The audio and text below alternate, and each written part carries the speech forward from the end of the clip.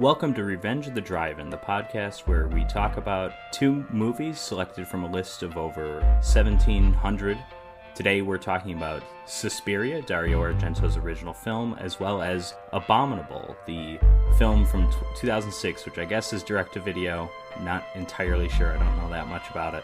But hopefully we do have a guest that can talk a little bit about that. But hey, both movies are available, at least as of when we're recording this, on Tubi, so that's great news. I'm your host, Patrick, and I'm joined this time by a special guest. Hey, everyone. My name is Freddy. Thank you for having me, by the way. Appreciate it. Always happy to invite guests. And Freddy, you are from... Yeah, so I'm from the Goodnight Movie Club podcast and also Night Light, a horror movie podcast that is found on all services as well. Brought to you by the Bloody Disgusting Podcast Network. Yes. Which reminds me, we are brought... I should have covered this. We are brought to you by the Grandma Sophia's Podcast Network. Me, I'm all about movies. I live and breathe movies. That's all I do. So, and then of course, horror movies is all the backbone of what I do. So, right. I'm happy to be talking about these two movies with you. Right, and these are for you. They were both your first time seeing them, right? Yes, and I'm surprised because obviously Suspiria is one of those like holy grail horror movies that are like beloved by so many people, and I'm not ashamed to say I haven't seen it, and I have not seen the remake as well. But this was on my bucket list too. The remake's very, very different. I got chills from this movie, so I'm gonna have to watch the remake. So I mean, we'll talk about it, of course. Yeah, for a long time, I kind of viewed this as like the scariest movie I had ever seen, and then I saw Audition. And nothing scares me in comparison to Audition. But so what are your kind of initial thoughts on Suspiria before we jump into it? It is a gorgeous movie to look at in general. I have to say it's beautifully shot, has great colors. And I feel like you can pause this movie and just create a poster out of any scene. And like you said, it's one of the scariest movies I've seen in recent times, especially because I'm constantly watching scary movies like at least minimum once a week. I watched a scary movie, and this one definitely got my nerves going, and it was making me very anxious. That's the big thing. It's like, what's going to happen next? What's going to happen next? And then it just creates really good tension. And I was actually really surprised by that, especially for a movie that's this old. It holds up very well. Yeah, it's not really a conventional movie in a lot of ways, which is part of why you just do not know what's coming next. I've seen this movie a number of times before. It had been the first time in a while, and I like knew everything that happened, but I didn't quite remember the order everything happened. So there were still moments where it was just like, okay, I forgot about that, or something like it's like, wow, this is awesome. So yeah, I still really enjoy it. It has really good pacing too. I feel like it's just constantly going. There's always something about to happen. So there's no relaxation ever in this movie, which I really appreciate because it keeps the tension high for its runtime being like about like I think, what is it, hour 40-ish? Yeah, I never even checked. It's definitely under 2 hours. It's a movie on the short-ish side, and a lot of that is because there's no denouement. The movie kind of just ends. Which is sort of just cuts off. That's kind of an Argento thing, I think. I've seen that in a few of his other movies where they just kind of tend to end rather abruptly. It's kind of a throwback to the old Universal monster movies of the 30s and 40s that usually just like the climax, resolution, and then bam. Maybe like one little comedic scene of about 30 seconds, and then we're on to the credits. So yeah, I do appreciate that too. It's like there's the resolution, credits, done. It's like, cool. Okay. I appreciate that. It's like the story was told. On here, I talk about efficiency in storytelling, movie not taking too much time. And I think this is a pretty good example of that. Although the story itself is kind of, it's hard to pin down at times. But agreed. So let's jump into it. The movie starts with Susie Banyan, an American dancer played by Jessica Harper, who has arrived in Germany in Freiburg, which is a city I'm not that familiar with, and she's arrived to study dance at some ballet academy. Yeah. But it's like right off the bat we're getting hit with some classic music, and this is from the band Goblin, which was like an Italian prog rock band. They actually did the score for Dawn of the Dead, the George Romero movie. Wait. And they did some other, I think they did Deep Red. They did some other Italian movies, some other Argento stuff. But, if you see this movie, though, one of the things that will stand out is the music. This is probably my favorite score, or at least my favorite theme ever for a horror movie. I mean, there's so many great ones, Halloween, Nightmare on Elm Street. It's one of those things that's like, it's pretty iconic. You can like now that I've seen this movie, if I ever heard that score again, I knew exactly where it's coming from. That's always a big thing. It's like once you hit a certain, like, I guess, mesmerizing, I guess, soundtrack, you're in. You're involved in it. Mm-hmm.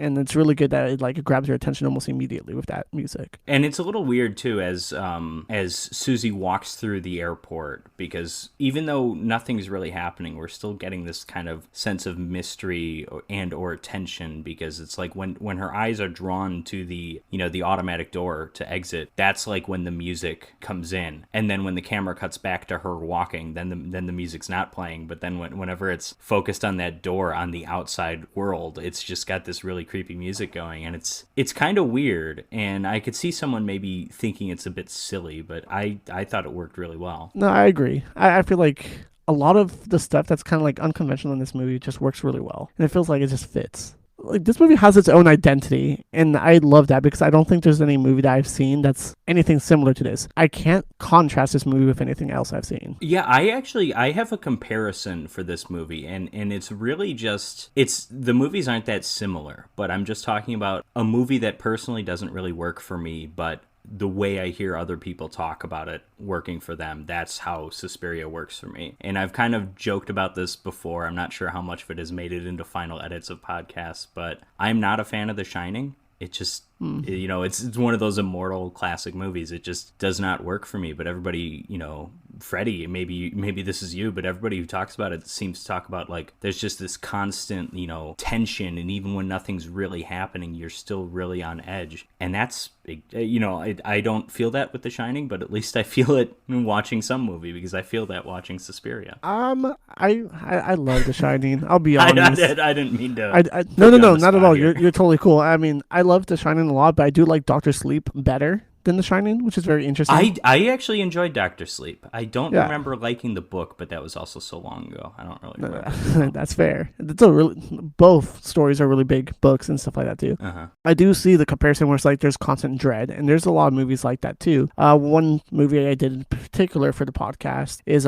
Eden Lake. I don't know if you've seen it. Not a huge fan. I can't remember Eden Lake and Lake Mungo. I can't remember which one I've seen. I think I've seen one of them. Lake Mungo is the paranormal one. Eden Lake is like the couple that goes into the middle of the forest and kids like just terrorize them for like which an hour one's and a half. Yeah, no, I haven't seen that one. Then I've seen the other one. That's Eden Lake. Okay. That's one of those bleak movies where it's just tension from beginning to end. It's just, and the music in that too. I was telling Prince, I was like, yo, this music is like, there's nothing really emotional going on. It's just very bland, but at the same time, that creates that emotional tension of just like, this is just a morbid movie. Okay. But it didn't work for you though, the movie. No, I don't like movies like that. It's not my cup of tea. It's like I have to watch some like happy movie after that. Okay. With Suspiria, I feel like there is that same type of tension from beginning to end, but at the same time, it's so beautifully like shot, and there's so many great colors, and the music is so fantastic that you're kind of like mesmerized by it. So you're just going through the journey. There's some fun here to be had, and I think that's right. It's a lot of creativity. We'll get into this. We're still on the first scene. I got to progress this. Here I am talking about efficiency and storytelling, and then here I am rambling on. But no, I mean I agree with what you're saying about this. Absolutely.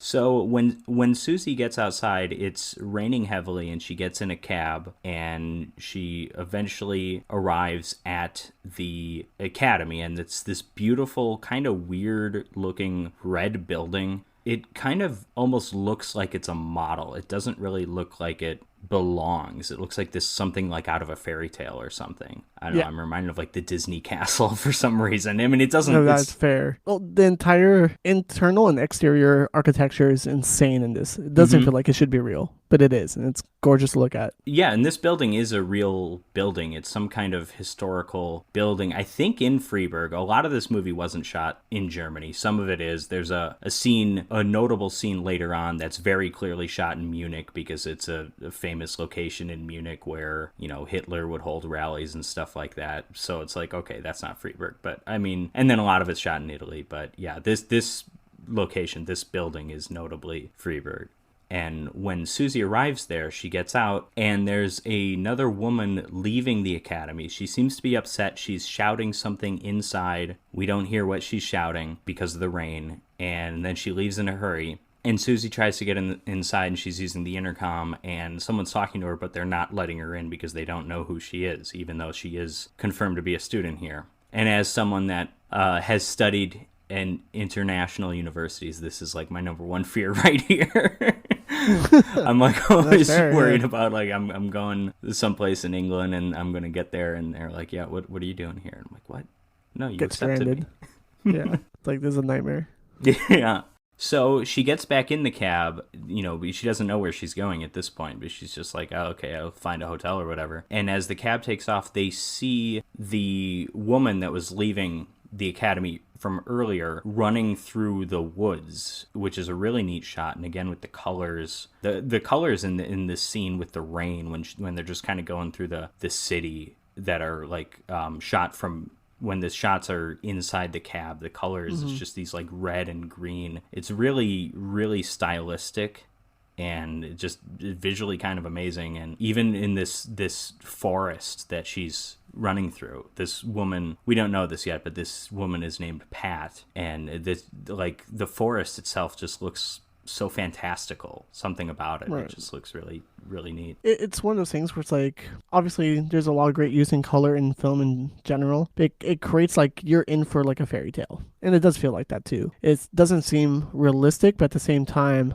kind of like magical. Yes. And I think that's the thing that really like transports you into this world is like you're going to follow these characters in these unconventional circumstances of horrific events, essentially, which wouldn't happen anywhere else. And it's a moment of like disbelief, but at the same time, it like sells you on it. It's like, no, and just enjoy the ride. And the reflection of the colors on her face is just gorgeous. Yeah, it's a really just, the whole movie is kind of like this dark fairy tale. And up to this point, really, other than some of the color stuff and kind of the stylistic cinematography, up to this point, we're kind of following the Giallo formula. I don't know, Freddie, how familiar you are with Giallo. I recall Prince saying it's one of his favorite genres in one of your episodes, but like Giallo, it's the Italian, we haven't really done a whole lot of it on the podcast so far, but it's kind of like a modern film noir for Italy, basically, but it usually follows a foreigner, you know, who's visiting somewhere in Europe, Italy, Germany, somewhere, and they're just kind of like, they usually just kind of stumble upon weird things, and, you know, they're usually not a police officer, but they end up having to investigate these series of crimes or,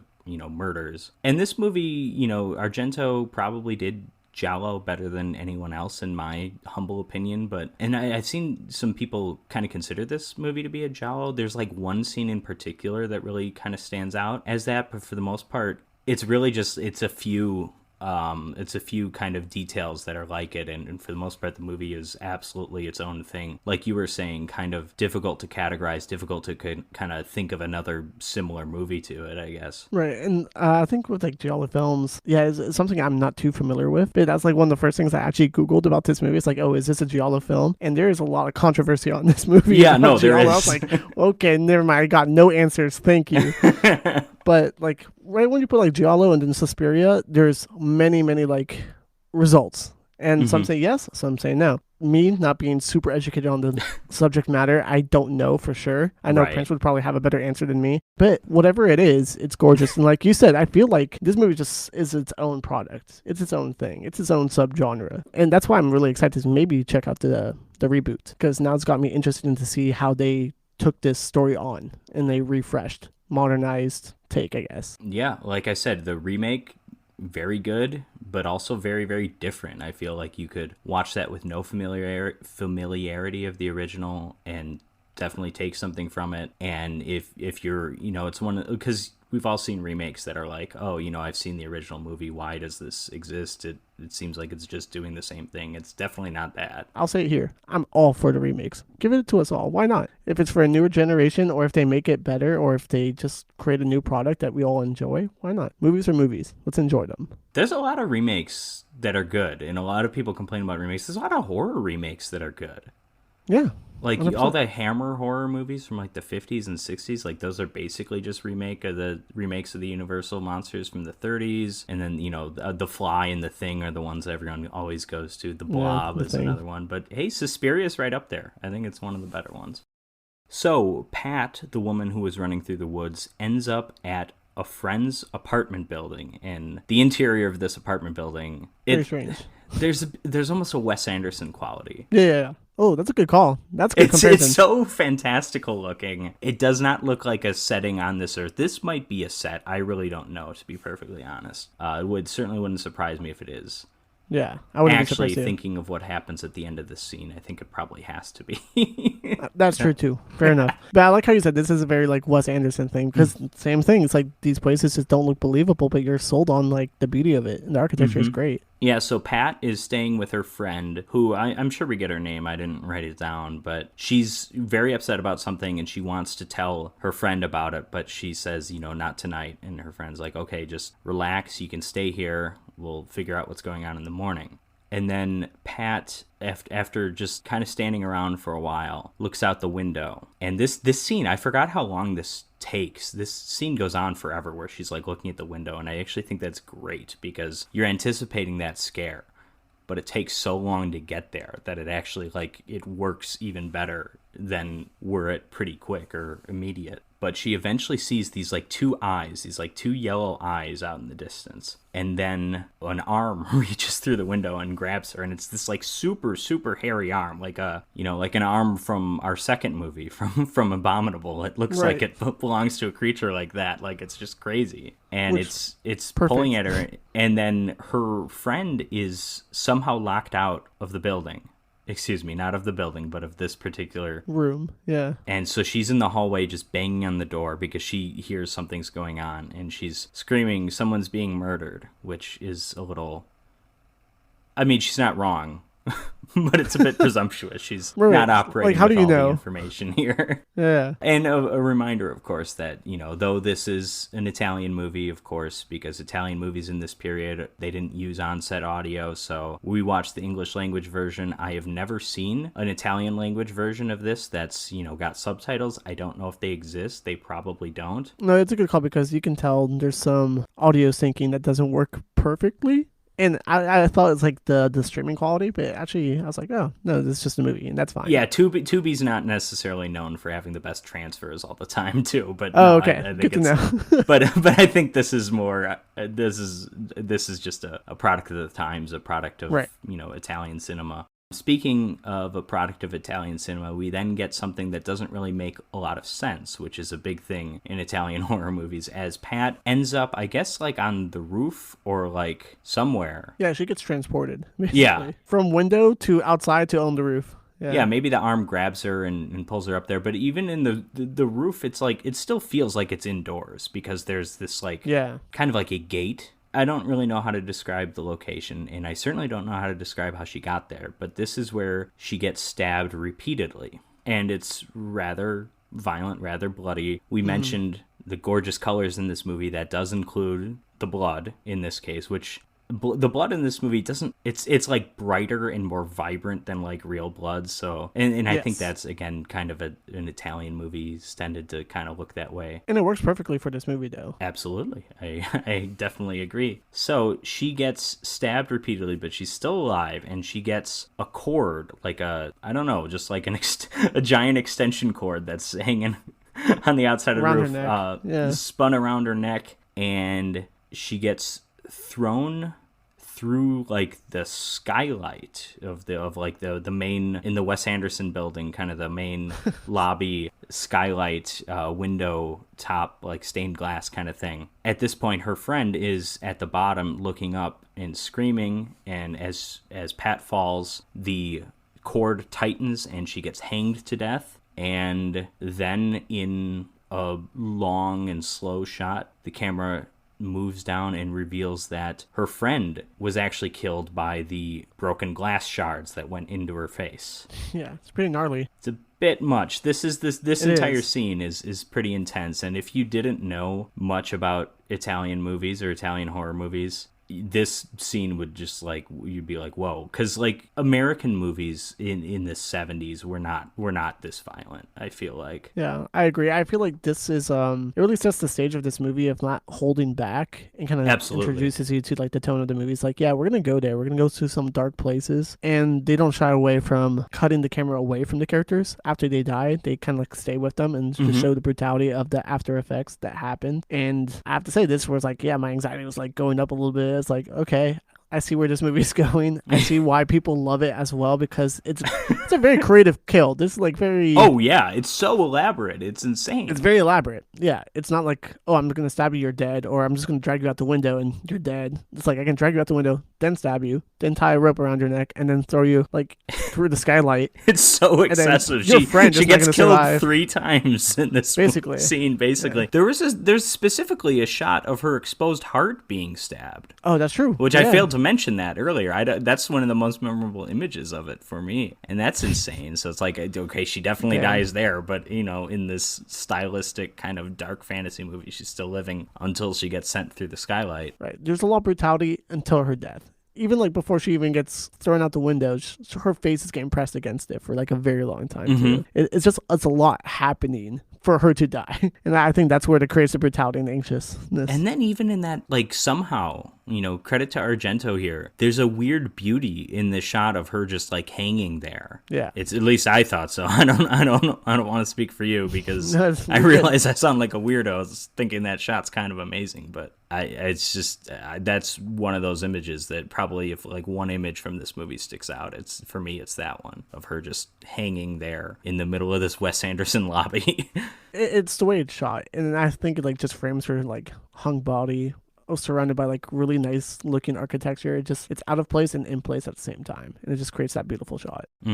So the next day, you know, coming down from that scene, Susie shows up at the academy. She's told that her room at the academy isn't available and that she'll have to stay with another student. And she meets 2 of the people that kind of run the place, but not the directress. The directress is away. She's out of the country. They mentioned that. But the people that run it are, I think it's Miss Tanner, I think was the name. That's like the German woman. And then Madame Blanc. Right. Miss Tanner is this, like, I assume it is a German actress, and because the accent dubbing is German, so it's, I always have trouble talking about acting in movies like this, because you're really potentially talking about 2 different performers. You're talking about the actor and then the dub performer. In this case, it might be the same person. Yeah. I'm kind of assuming it is, just because German accent, she's really the only one with the German accent in the movie. And then Madame Blanc is sort of, I think she's basically of the people that are there. You know, directress is gone. Madame Blanc, I think, is the one sort of in charge, but Miss Tanner is more I think she has more of an active role in, like,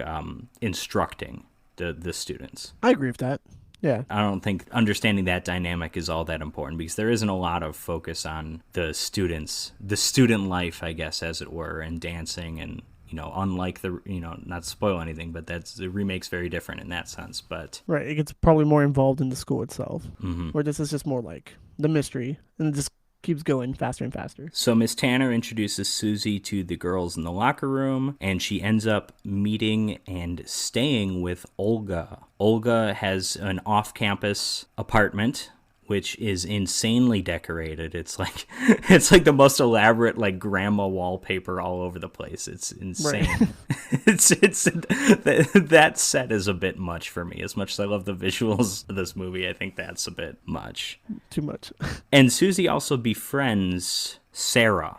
And who I thought at first, because there's a line from Miss Tanner saying you'll meet several Americans among here. I thought Sarah was another American. They mention later on that her family's from Geneva. Unless they're referring to Lake Geneva, Wisconsin. I think it's safe to say this woman is Swiss. But it doesn't really matter, because everyone's dubbed by Americans or British actors, you know. It doesn't really matter. When Susie is staying with Olga, she mentions, or she recalls, that she had seen Pat, because at this point, of course, she had overheard that Pat was killed. There were police officers talking to Madame Blanc, asking her questions at the academy. And Susie mentions that, like, oh, I saw her leaving. She was, like, near hysterics, and I couldn't make out what she was saying. But I heard the word iris, and I heard the word secret. And so Olga doesn't really know what to make of this. And this is the only one at this point who she shares this information with. Right. And that, like, creates a little bit more mystery of the whole entire story. This keeps coming back. Every now and then we get more glimpses of the of that original Pat, I don't want to say interaction because they didn't interact, but the first initial sighting of Pat, we get a little bit more to this jigsaw Phrase. piece, I guess. Right. Yeah. It's like to remind the viewer multiple times throughout the film. It's like, this is the key to solve the problem, or to solve the mystery, essentially. Yeah, this is it's sort of rosebud. like one of the few other Italian movies we've done on this podcast, which also is debatably a giallo movie, was Hatchet for the Honeymoon by director Mario Bava. That has like we keep flashing back to this thing and this scene, and we see more and more of it as the movie goes on. Difference with that and this is that you see where that mystery is going well before you do with this one, because you don't, I mean, the word iris, which could be a name, could be a flower, I guess, or it could be an eye, the part of an eye, right? That's true. Yeah, good call. And then secret could mean anything. Yeah. If this were a Lucio Fulci movie, that would have something to do with an eye, definitely. That dude is huge on stabbing people in eyes and everything. Every one of his movies has like some major eye trauma, and it's disgusting. I'm thankfully we don't go there with this movie, but we get pretty brutal. We get pretty far, yeah. So at one point, Susie is walking through the hall at her academy, and she sees this kind of heavy-set, ugly woman. I don't know how to describe her. Just kind of like polishing like a piece of glass. Yeah. And it kind of, she tilts it in a way where light is reflected onto Susie, and she reacts almost as if she's getting sick. And while this happens, this is where the music comes in. And at least the first time I was seeing this, I there's a word spoken. I don't think, and it's spoken, it's by the band Goblin. It's part of the score, but I wasn't sure what it was. Like watching it now, it's the word witch. Oh, yeah. But I don't know why I missed it. It's pretty obvious. Because with the theme, even, there's the kind of the rhythmic chanting, I guess, to go along with the theme song, which gets really creepy. It's done in kind of a creepy, like, throaty voice. Yeah. No, it's a very unsettling score. It just keeps you, like, on the edge of your toes, and, like, you're like, where is this going? Especially watching this, I haven't seen any trailer. I've seen maybe a couple screenshots of this movie, and I've heard like this is like one of the horror masterpieces to watch. So watching this for the first time, you should have seen the trailer. Journey. You should have seen the original trailer. It's one of my favorite things ever. I remember the first time I ever heard of this movie was, I don't know if you remember this, Bravo back in like 2005, 2004 did like a 100 scariest movie moments thing. Oh no, but I believe it. Yeah. I saw it. I was probably like 12 years old, and I saw it. They did it around Halloween, and it was a bunch of movies I had never heard of before. You know, obviously the occasional movie I had heard of, but like for me as a kind of a kid who wasn't really into horror movies, this was my introduction to a lot of horror movies, and the two that stuck out to me were Audition and Suspiria, which are now, in my opinion, the two scariest movies I've seen. And I remember they talked about that scene with the Pat death in that special, I believe, but they also showed a bit of the trailer, and the trailer is just, you see the back of a woman's head, and she's combing her hair, and she's doing like kind of like, there's like a lullaby kind of thing, and then she turns around, and it's just a wig on a skeleton. Oh, and then the title Suspiria comes up. It's like both the best and worst trailer ever. Yeah. It's amazing, but no, you should have seen the trailer, because then you would have probably gone into this movie with even less expectations of what you're about to see. That's really cool. I love like going into movies completely blind, and I think the only thing I got kind of ruined for me was like the barbed wire scene, which we'll talk about, of course. Okay, yeah. I went to Seattle literally maybe like 2 weeks ago, and we went to the Museum of Pop Culture, and then they have their whole like horror section, stuff like that. Okay, and they're having not like, a even little familiar documentary. with this museum. Yeah, it was really cool. I highly recommend if you're in the Seattle area. But they had a documentary playing, and it had like, I think it was Eli Roth talking about this movie, Suspiria, and how brutal it was to see someone like flail around in a barbed wire room. And I was like, damn, this is gnarly. I'm gonna have to watch this movie soon. And then obviously that soon came. Yeah. There's also a museum. I unfortunately didn't go to it, but there is a museum of Italian horror in Rome. Yeah. Oh, yeah. I think it's run by Dario Argento, or like his name is attached to it in some way. It's just called Profondo Rosso, which is the Italian title of his movie Deep Red. And I've seen pictures of it, and I was in Rome. I was in there for an academic conference, and I considered going to it. But when I only had a couple days to spare in Rome, it's like, yeah, as much as I love Dario Argento, I've got to see a few actual Roman things. Things, yeah. It's hard to justify my time spent at an Italian horror museum when I can go see the Circus Maximus and all that stuff. So yeah. Yeah, when in Rome, right? Absolutely. But yeah, next time I'm there, that is number one on my to-do list when in Rome. So anyways, after this weird kind of glass scene, Susie's not feeling well and she enters the dance hall. She doesn't want to dance, but Miss Tanner makes her dance and she eventually collapses. Yeah, very interesting scene because, yeah, she's just like disorientated. And I was like, oh, okay. I love the shot of her like right before she falls because she's talking about like, oh no, I don't have any strength. And when you see her kind of stumbling around, she's still on her toes. It's kind of insane. Is Jessica Harper a ballet dancer in real life? I feel like she'd have to be, even just for that one shot. Right, they're all like really professional. So yeah, exactly. I mean, this is the only time you see her dancing, and she's supposed to be flailing and failing, but still, even in that shot, she manages to do something really impressive. I mean, I'm not a dancer. I am exceedingly Caucasian, as they say, so any kind of dancing impresses me, but yeah. But anyways, when she comes to, she's being held in a bed. Her stuff has been moved from Olga's apartment to her her new room now in the academy. Miss Tanner did go up to her and say that the room was available, but she was like, no, I want to stay with Olga. But then now that she's sick, Susie believes anyways, Olga is worried that she would get sick, so she immediately wanted her stuff over here, which is kind of a nice little, They don't say it. That's just what Susie ends up believing, and that's kind of nice because it's like deep down we're like, wait, there's something else going on there. Something else made that happen. But she is being treated by Dr. Vertigast. Does that name mean anything to you? I'm trying to think of because it seemed so familiar to me, and maybe it was just that I've seen this movie, but like that name, it's like, fair. What is that? That's like I feel like that's I don't know. maybe it's been referenced in a movie I've seen, that's referencing Suspiria. It could just be that. But if there's a Vertigast that pops up in like a Rob Zombie movie or something, it wouldn't shock me. Like throwback. Yeah, a little Easter egg. I mean, it could be. It's a very distinct name, though. Yeah, exactly. That's... Yeah. But anyways, Dr. Vertigast's advice is that she is to have a glass of red wine with every meal, and basically that she just has to keep up with her drinking her fluids. Very Italian. Yes, a very Italian solution. Yeah.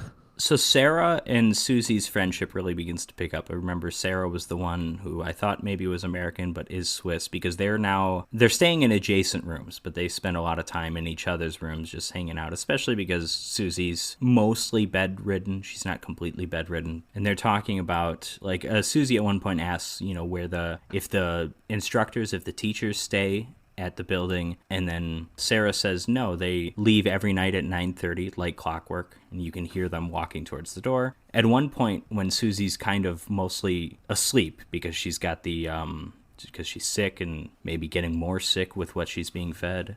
I guess regardless, if you drink wine with dinner, you're going to be a little drowsier. Right, of course. But she kind of notices, like, wait a second, those steps aren't actually going towards the door. They're going someplace else. But before we get to that point, we have the maggot infestation scene. And this scene is nasty. I'm surprised how far they went with this. I thought it was like going to be a very small moment. It's like, oh, it's in her hair and stuff like that. Well, and it's like, oh, no. This is almost like comedically edited to me, because it's like one of the girls, I can't remember if it's Susie or Sarah, is combing her hair, and then you see a maggot fall in, and then she looks and she notices it, and then she looks down at the comb, and there's like a dozen maggots in there. And then like immediately it cuts to like everyone is out in the hall screaming because every person has maggots in their room from the ceiling. Yeah. It was actually, it was a good shock factor because I did not expect it. I was like, oh, okay, that's a creepy moment. Just one maggot comes out of her hair, maybe a second one. And they're like, nope, we're going full balls to the wall. Like, everyone's running around. And there's panic. And going back to just the, you never quite know what to expect with this movie. Yeah. Were maggots even on your radar at this point? Were you thinking this was even a remote possibility? I mean, like I said, I had very little context for this movie, so I had no idea what was going on. Right, but even based on what we've seen already, maggots, what? And I still don't understand where this scene kind of fits, to be honest. It still seems out of place, but it does. I agree with that. Yeah, because the instructors, Miss Tanner and Madame Blanc, eventually follow it upstairs, and they find that there is a box of spoiled meat just in the cellar. It's like the only thing that's in the cellar. I don't know, but yeah, it's a pretty out there scene. And you know what? Maybe it's just an excuse to get everyone into the hall or into the dance, the recital room to sleep, because it could just be that. But I love this scene. This scene, yeah, it's all the women, or all the students. They are women, but I'll call them girls just to be, not confuse them with the instructors, I guess. I guess there's a man or two. It's not many. There's not. It's like the pianist and then the ugly dude that got his teeth redone. The ugly dude, the guy that reminds me of Jaws from the James Bond movies. I feel so bad. He's like, you can call him ugly. It's fine. He doesn't understand you. Yeah. Okay. Brutal. No, yeah. Yeah. So they're all in this hall, and they have these just giant sheets up, like curtains, blankets, whatever. But they're like huge. And then when Miss Tanner leaves and shuts the lights off, she really turns some red lights on, because this is some incredible stylistic lighting. I love the look of this scene. It looks so awesome. Yeah, it's super creepy. If I ever slept in a room which just had like this red glow to it, I was like, this is distracting as hell. I have slept in a room that had this red glow to it. Oh my God. When I was in, I think it was my junior year of undergrad, I got like some red Christmas lights, and I kind of hung up on the outside of my room. But then I honestly think it was because of Suspiria. I'm like, what's after Christmas? What's it going to be like if I just kind of hook them up in here? And I had a small bedroom, so everything was just like glowing red. And it was really cool. I'm sure I fell asleep with those in at one point, but yeah, probably not often, because it would be incredibly distracting and hard to sleep. But 100%. Super spooky. Right. Love it.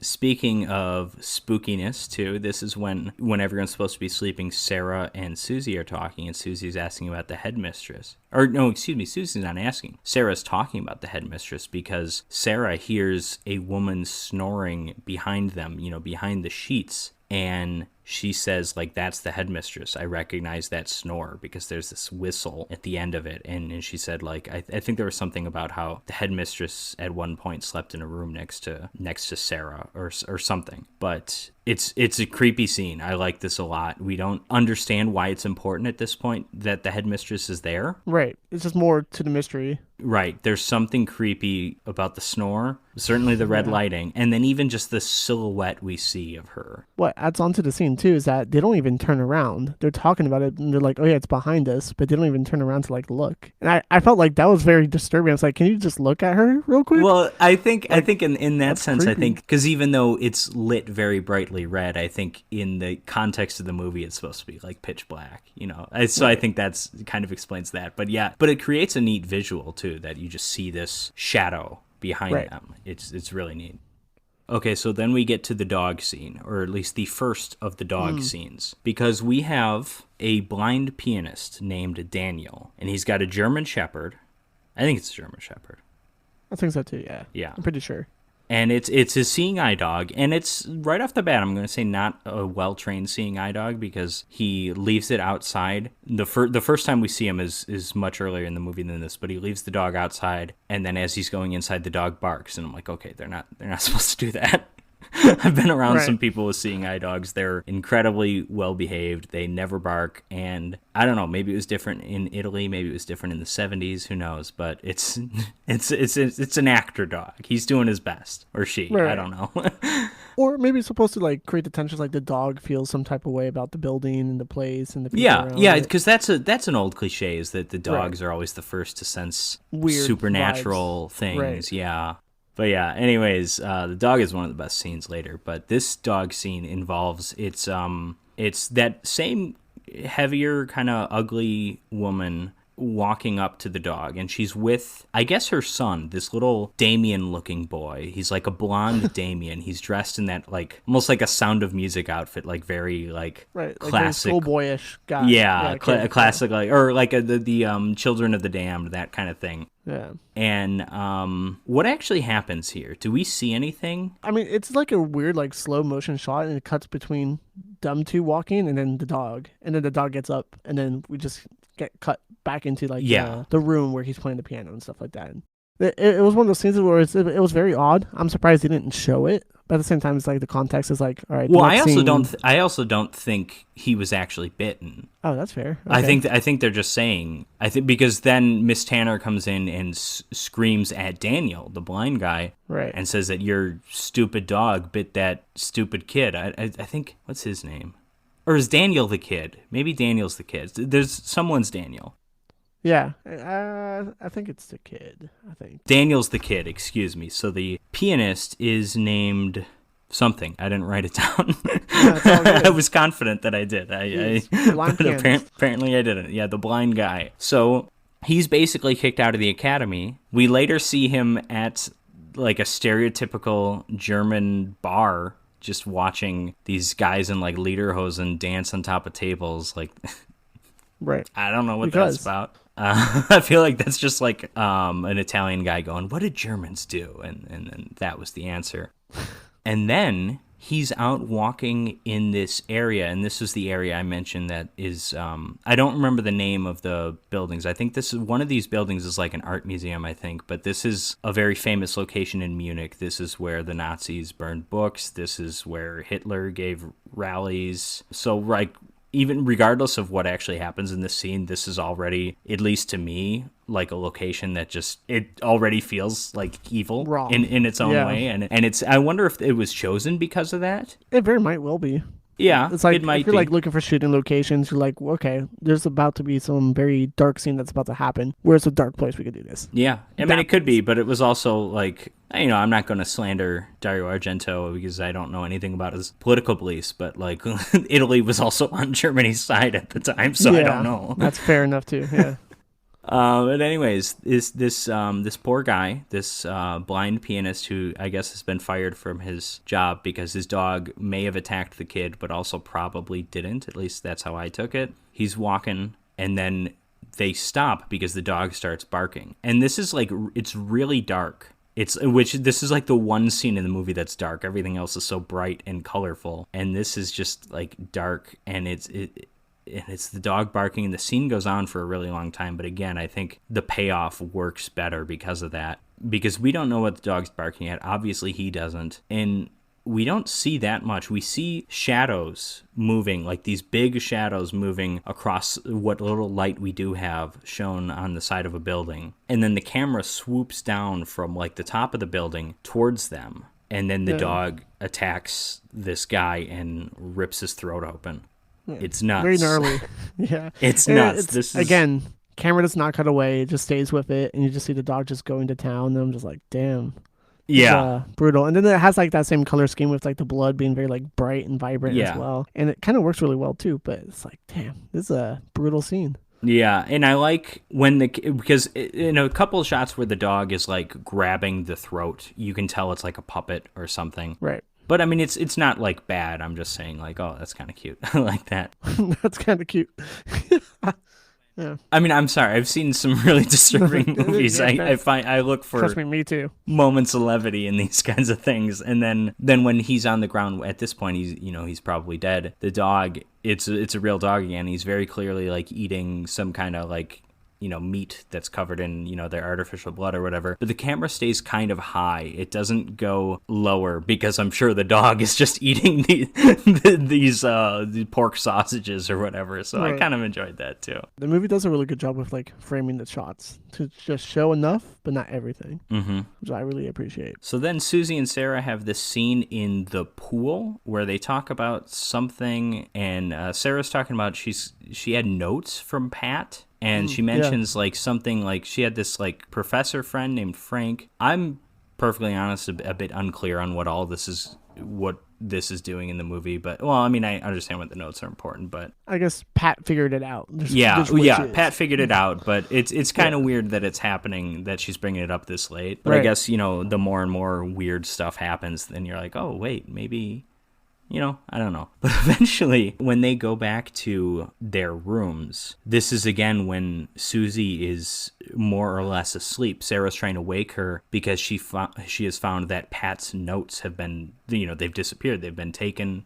But then Sarah panics because she sees someone approaching their door. So she sneaks out and she just kind of sneaks around the building. She goes upstairs and then she's attacked by someone. And again, this scene goes on for really long, but this is the giallo scene. This is where we get a lot of shots of the hand coming at her with a straight razor, which is classic Italian horror stuff. I like this scene a lot, and this is coming up. This is the one scene you said you knew about before this movie, because she goes through like a secret passageway and eventually climbs through a window, and then she sees a door, and she takes one step towards the door and didn't realize that there was no floor in front of her, so she falls into a bed of barbed wire, razor wire, whatever.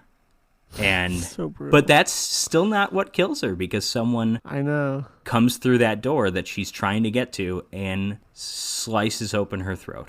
And what a cut. And, well, what a scene. Oh, that's a weird way to say it. But I meant like a cut, no, I know. Editing wise for like I know. But it was a good cut too. Yeah, there's two of them. You made a pun. It's one of those scenes where it's like it lasts a very long time too, of her flailing around, and I was like, stop moving. Yeah, like take you're your time. It worse. This is like hurting me watching you go through this right now. But man, it's like the Saw 2 scene when Amanda gets thrown in the bed of hypodermic needles. Yeah, just like stabbing her. It's like it's uncomfortable. But I also like there's a I don't know if there's a term for this. I'm tempted to say subjective camera. That's not the correct term, because subjective camera is a camera from like a POV, but it's used in The Good, the Bad, and the Ugly, one of my favorite movies of all time. This idea that, like, even though the camera is third person, the subject of the shot can only see what the camera shows. Because in theory, she should be able to see that she's going to fall into a bed of razor wire. But she doesn't, because the camera doesn't reveal that to us. And that's used in The Good, the Bad, and the Ugly when Tuco and Blondie are walking, and then they get swarmed by a bunch of soldiers who come at them from in front of them, but because the camera's facing them, they don't see them. And that shot even is homaged in, it's one of the Lord of the Rings. Or actually, I think it's a couple of them, but I remember in the first, in the Fellowship of the Ring, when Gimli's talking about, like, I've got eyes like a fox, and ears, he's talking about, like, oh, no, nothing can sneak up on them, and then all of a sudden there's an arrow right in his face being held by an elf, which I think that's an homage to The Good, the Bad, and the Ugly. But anyways, I was reminded of that a bit with this scene, because if you break it down, it doesn't really make sense, but it's that stylistic kind of thing that makes reveal. It. Yeah, exactly. Yeah, and it's impactful too. I saw the scene where she was doing that, but I did not know that this was the scene, and it had a great impact because of the reveal. I was like, oh, cool. I'm in the scene that I saw earlier. So Susie finds that Sarah has gone missing. Miss Tanner tells her that, she just left. She just left the school. She didn't tell anyone, but she left this morning. And Susie obviously thinks that's weird. So she calls Frank. Frank is this professor guy who I guess is a psychologist, psychiatrist, doctor of psychology. He's something. And she meets with him because she says she's a friend of Sarah's, and she speaks to him. This is Udo Kier, who is love him. A legend of the silver screen. One of the rare, or I shouldn't say rare, but he is one of the German actors here, but he's dubbed by an American guy of some sort, which is kind of disappointing. So we get Udo Kier, but we don't get his voice. And this is basically the first scene all movie. We're probably 2/3 of the way in, and this is our exposition. That's true. That's fair. We start to figure some stuff out. Yeah, this scene, they don't give us everything, but this scene I think could be, for some people, the movie stops to have this scene. I think for me it was appreciated, but I understand the if someone wants to nod off a bit during this scene, because it's two different people delivering exposition. Frank can't deliver it all. He brings in this other psychiatrist guy who's an expert on witches. That's right, yeah. But so what's the important information that we learn? We learn that the founder of the school was supposedly a witch, and we learn what a school of witches is. We learn that it's a coven. We learn that if you kill the leader of the coven, the others will not know what to do. Am I missing anything? Is there that's anything? Pretty much it. Yeah. I want to say there's pretty much not too much, but there's enough where it's like, okay, I understand what the hell's going on now. Yeah, there's I We want to have say our- there's a bit more as to the background of like the school itself, but Right. that's not as important. But now we have like the mysteries kind of solved. We have our antagonist. We know what we're going against. Yeah, it's going back to why it was significant, I guess, that the directress is actually at the school. Right. Everything starts to make perfect sense now, to be honest. I don't agree with perfect, but I'll give you Well, sense. fair enough. like I said, like going into this movie, I was so confused. There were so many things where it's like none of this kind of makes sense. And kind of like you, I do appreciate this exposition to like kind of explain the majority of everything. And now that you figured it out too, in the music score where they say like witch a few times, it's like, oh yeah, this is definitely a witch movie. yeah. Now I just need to figure out why everything is happening. I don't think they actually explain what is happening or like the purpose of what they're doing to torment these students. Or maybe I Oh, missed actually, that. no. That's a bit more information that we learn in this scene, because we learn that witches desire like power. Right. They might say money too, but they definitely say power, and that they do that by inflicting great harm upon others. Okay. Do fair we enough. Okay. learn why specifically they're targeting wannabe ballerinas? No. The perfect But cover. there's a little bit there that you can take Yeah. from that. Maybe it's like people who admire perfection and want to like be as successful as possible, so they drain that quality out of the murders of the people. I don't know. Just throwing that out there. Well, I Possibly. mean, it's We an don't know. interpretation. I think you can Yeah. go a number of places with it. I think it could be a recruiting tool, too, if people are like, you always hear about, like, I don't know, movies involving, like, the devil. It's like, okay, they're targeting someone who's ambitious, who might be able to, like, like the classic, the Faustus story, right? It's that. Yeah. I mean, I don't know, you're free to interpret, I guess.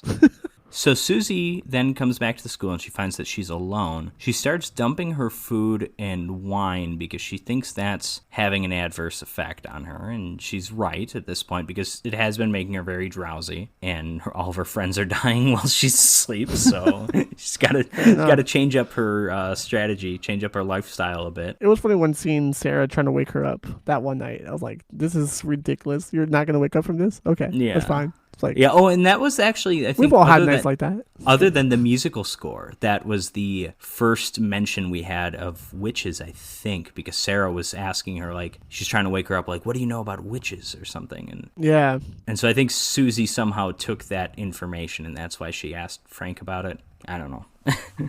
Susie then, she listens to the teacher's footsteps, because remember, she identified earlier that they're not actually leaving the school, and she follows them by counting them, and she takes them into, well, she has to sneak by like the kitchen where that heavier woman is again, and I guess there's two of them. I don't know if they're sisters, they kind of look alike. There's two of them there. So she sneaks by them, and then she ends up in Madame Blanc's office, which is a location we've seen before.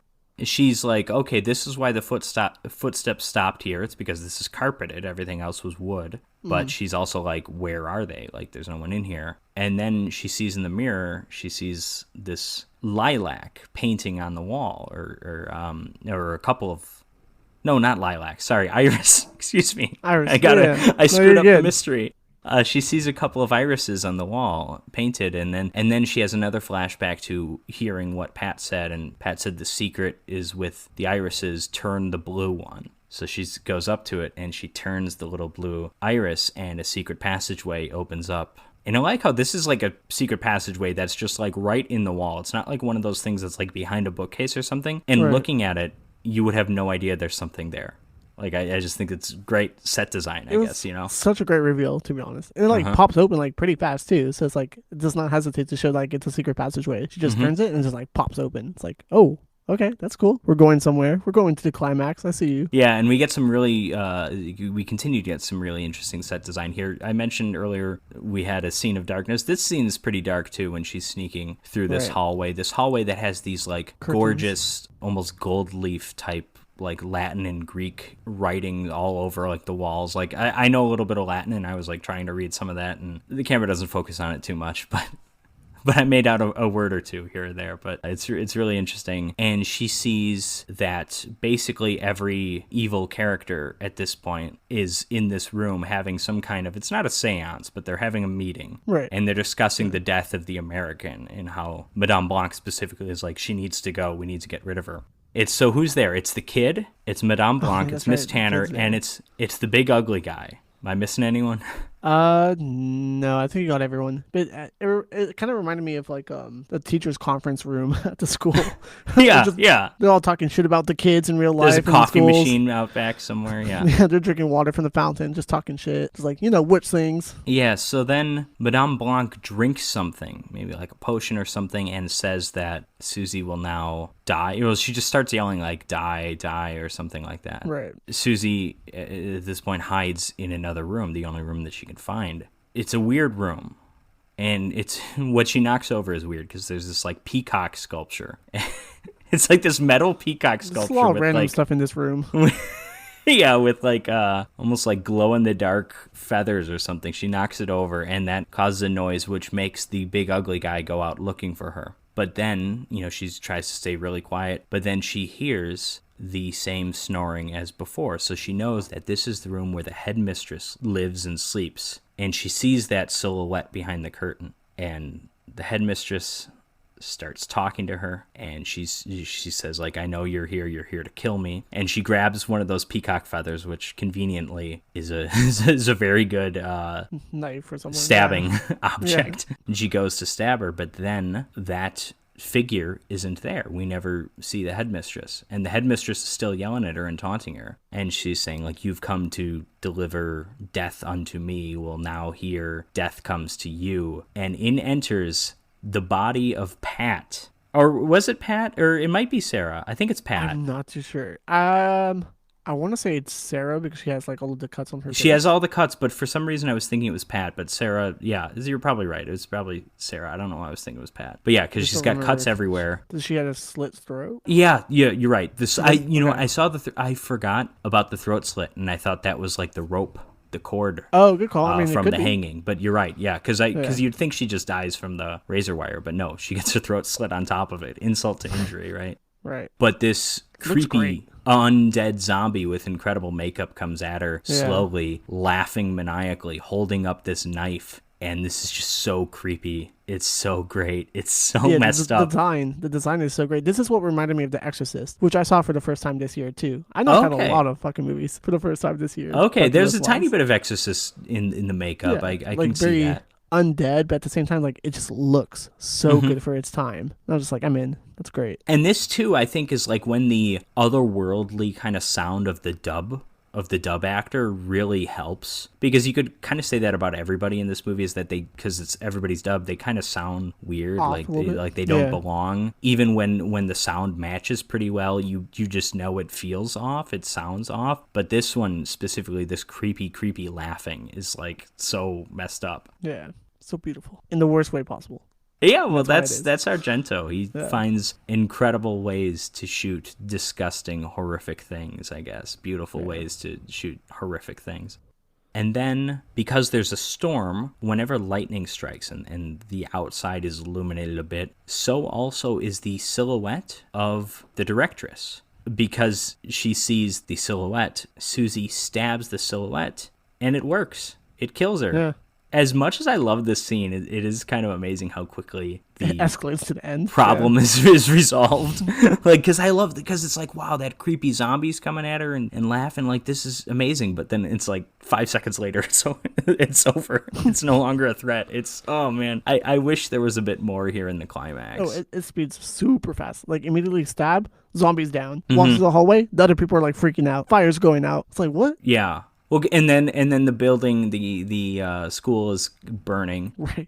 Because, I don't know. Yeah, because why not? And then Susie is leaving the building, and she's out in the rain as the building is on fire behind her, and she just has a laugh. Bit of a, I don't think it's the original Texas Chainsaw Massacre ends with the character kind of like laughing like this too. I don't think this is a hysterical laughter. I think this is like relief. A true sigh of relief. Yeah. Yeah. It's one of those things where it's like it shows the catharsis of the character at the very end of the movie, where you kind of have the same thing with Midsummer, where she kind of just smiles at the camera, and that's right. Like, oh damn, Danny just found her family, and this is everything she kind of wanted. She got rid of her toxic boyfriend. it's these small moments at the end of like horror films, which is like you feel good for the character. It's like you've survived all this, or you've gone through all of this trauma. Yeah. And all you can do is just like laugh at it. Or smile. What else can you do? Exactly. It's like, damn, it's like, this is as ridiculous as it gets. I'm laughing about it. It's like, the hell? what just happened. And it also reminds me of like Ready or Not with Oh yeah, Ready or Not is a great comparison. she's just yeah. laughing so hard. It's so great. It's a fucking great movie. Although I compared the ending of Ready or Not to the ending of Hush, because Hush too, yeah. In Hush that, is I don't think great. she laughs in that, but she's waiting outside with her cat when the cops show up. So it's a similar kind of ending, but yeah. 2 badass bitches. They're great. Well, 3. Oh, I mean, yeah. Counting I'm sorry, I Suspiria. was just talking about that too, but Suspiria as well. Absolutely. So, Freddie, what are your thoughts on Suspiria? You've shared a decent amount already, but what do you think I of love it this overall? movie. I absolutely fell in love with this movie. It was definitely like one of those things where it's like I knew this is one of the major horror films that I have to watch. Mm-hmm. It's been talked about so many times. People always post like pictures of how beautiful it looks. Mm-hmm. And me going completely blind, I really enjoyed myself. I feel like it has so much to offer, especially as a first-time viewer. I feel like it's not going to be as impactful the more times you watch it, but I feel like it can still. I'm going to to disagree. This movie still works. I mean, it's not as impactful, I guess, but like, I don't know. I my appreciation, I feel like, is growing every time I see it. And I 100% agree with you. I think rewatchability is there. You can rewatch this over and over again and still have a really fun time. I just feel like that first time watch. No, okay, yeah. Well, especially going in out of the blind, park. I'm sure. Yeah, that helps. Yeah. So And if you're it's listening to hard this, these days. don't listen to it. It's a little late, but go see the movie.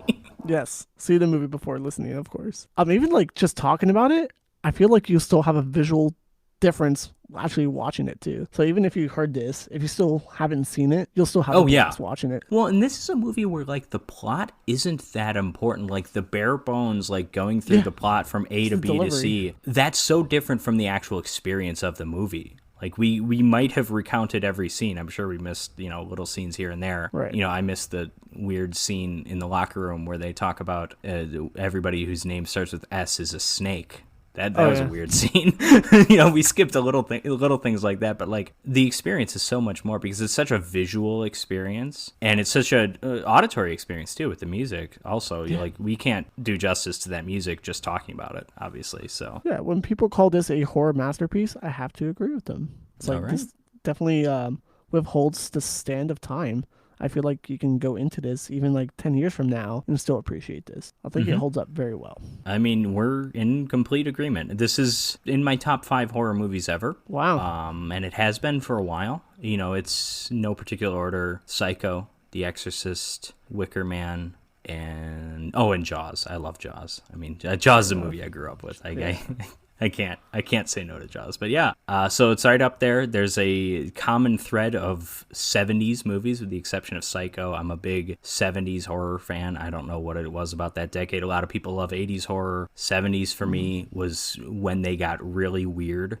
Suspiria being no exception. The Wicker Man is another really, really weird movie. But I like movies that just feel like they're their own thing. They're not... This movie, we mentioned there's like a loose connection to Giallo, but this movie is its own thing. It doesn't conform to anything else. It's just Dario Argento and, his late wife's Daria Nicolodi, who co-wrote this movie with him. It's their just like vision. And it's the writing is part of it, but the direction and the cinematography is so much of it too. Also, I don't know, I noticed the music, Goblin is the band that performs the music, but Argento has a credit on the music. It says music by Goblin and Dario Argento. I don't know. I don't understand that because Argento also, he has some kind of credit on the Dawn of the Dead score as well, or maybe just the European version of Dawn of the Dead or something, which was just called Zombie, but I don't know. There's like something weird. Argento might be a secret musical genius too. I don't know.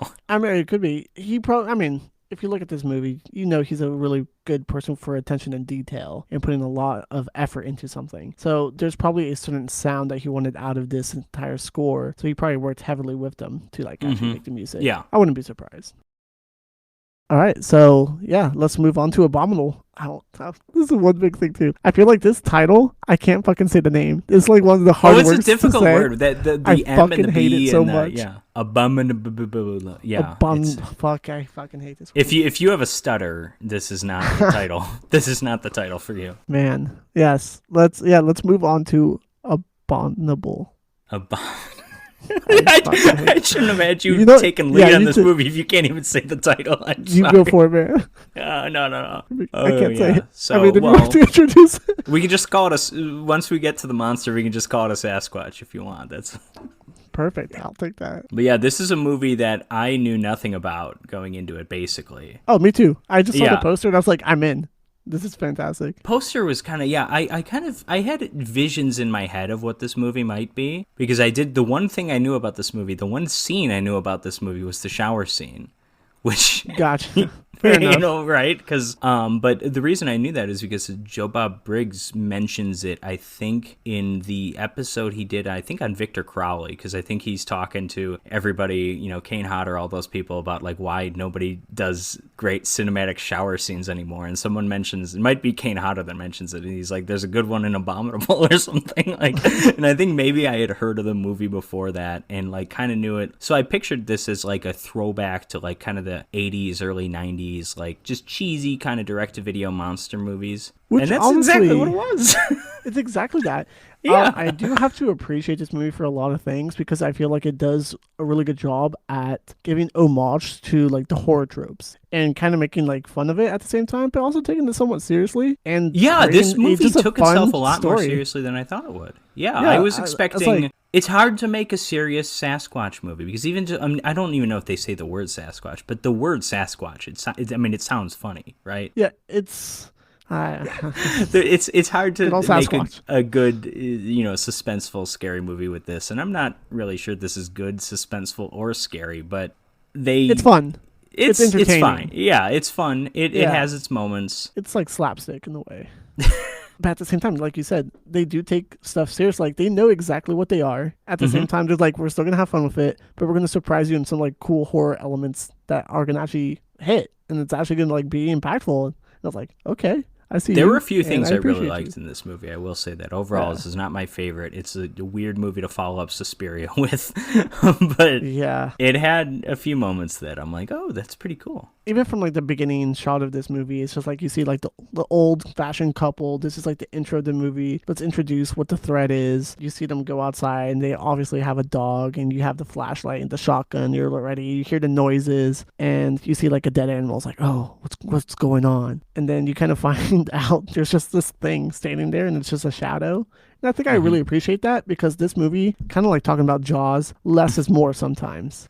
If you show it right off the bat, it would probably ruin this entire movie, because they don't show it early.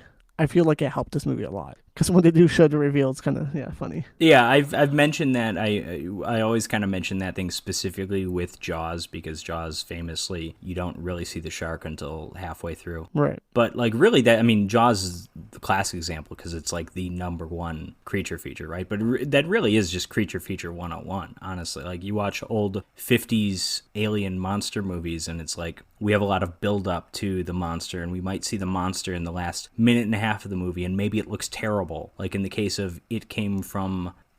They all have similar titles. I think It Came From Outer Space? It Came From Beyond Space? It's something like that. It's a Jack Arnold movie. It's actually really good. It's like, it's really suspenseful. We see like a UFO, but we don't actually see the alien until like the last 2 minutes, and the alien's like the worst looking thing ever. But because it's a pretty good movie up until that point, it's kind of okay. And that's sort of... It's a journey. Yeah, exactly. And don't get me wrong, this movie, it wouldn't have flown quite so well if we didn't see the Bigfoot or the abominable snowman until like literally the last 2 minutes. Like, I feel like then at that point we would have been wasting our time, but like, we don't see it for a while, but we still see enough of it. Like, we're not... Yeah, exactly. Yeah. We get our money's worth with the Bigfoot that we do get to see. And that's one of the things I really appreciate with this like creature feature itself, is that this creature, this monster that's terrorizing everyone, has no fear. Group of people, I don't care. I'm going in. I'm going to kill everyone. It's one of those things where it's like, it's a monster that just does not give a fuck. And they really specifically say at one point, they're like, okay, it's either killing because it's territorial or because it's hungry. It's continuing to kill, so it's not hungry, Right. Very interesting.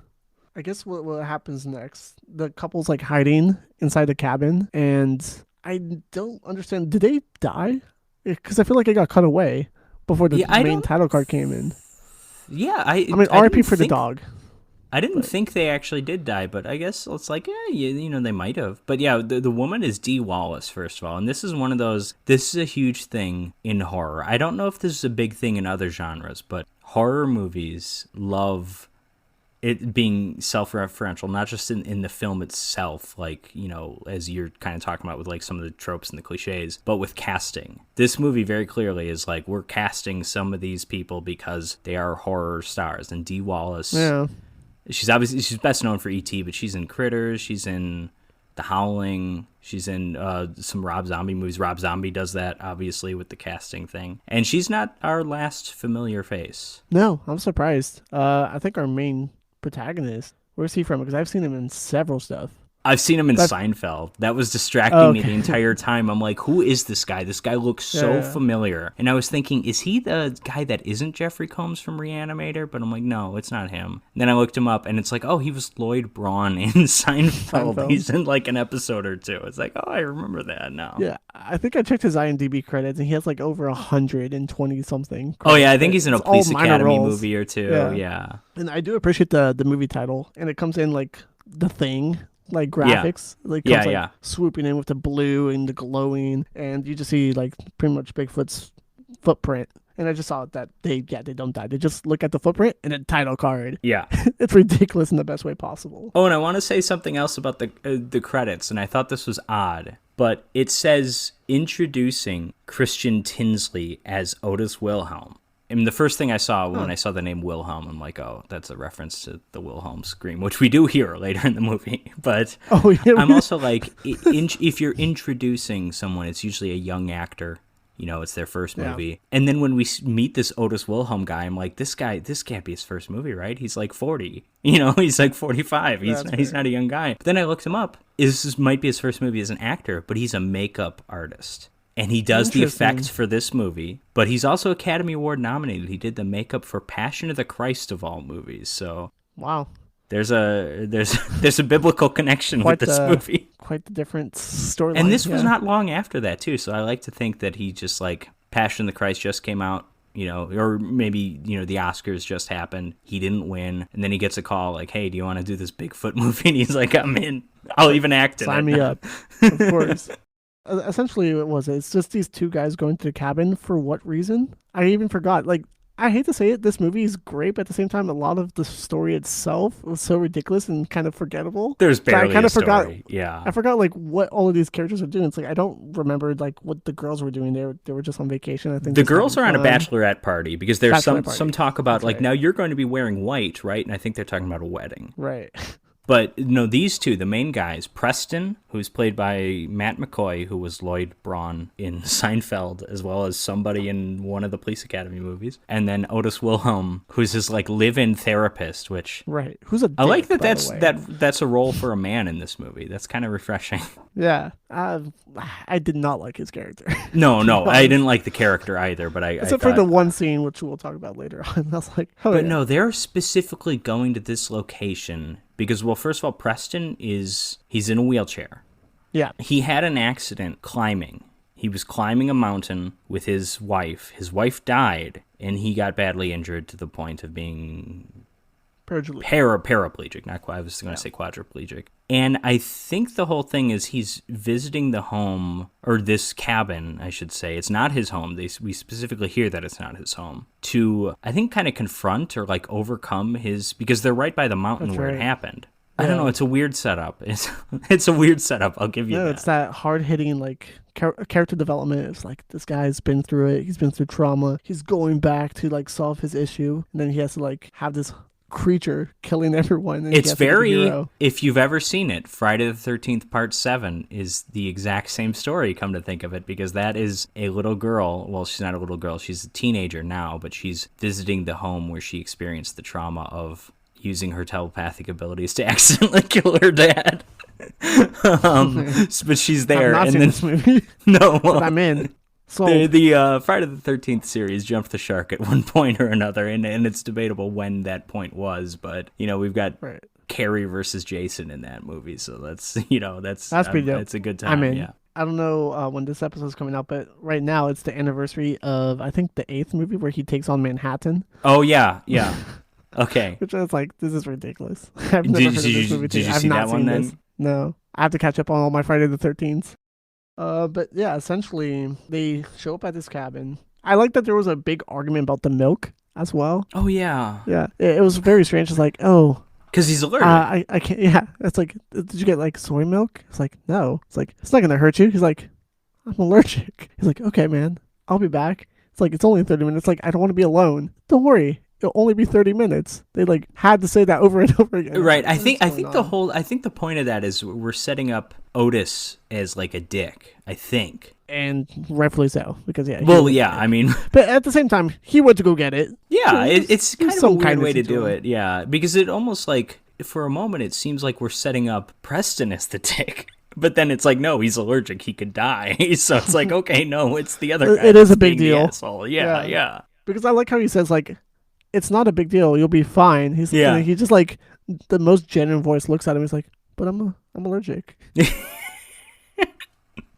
He's like, all right, sounds good. We'll get you your fucking... Yeah, this movie does not exactly excel when we're not in the Bigfoot action in a lot of ways. Yeah, and this is a very interesting cabin. I do like the design of it, too, because it shows that there is a lot of obstacles he has to go through if he wanted to go inside or outside, because being in a wheelchair, that kind of limits that's what a he good can point. do.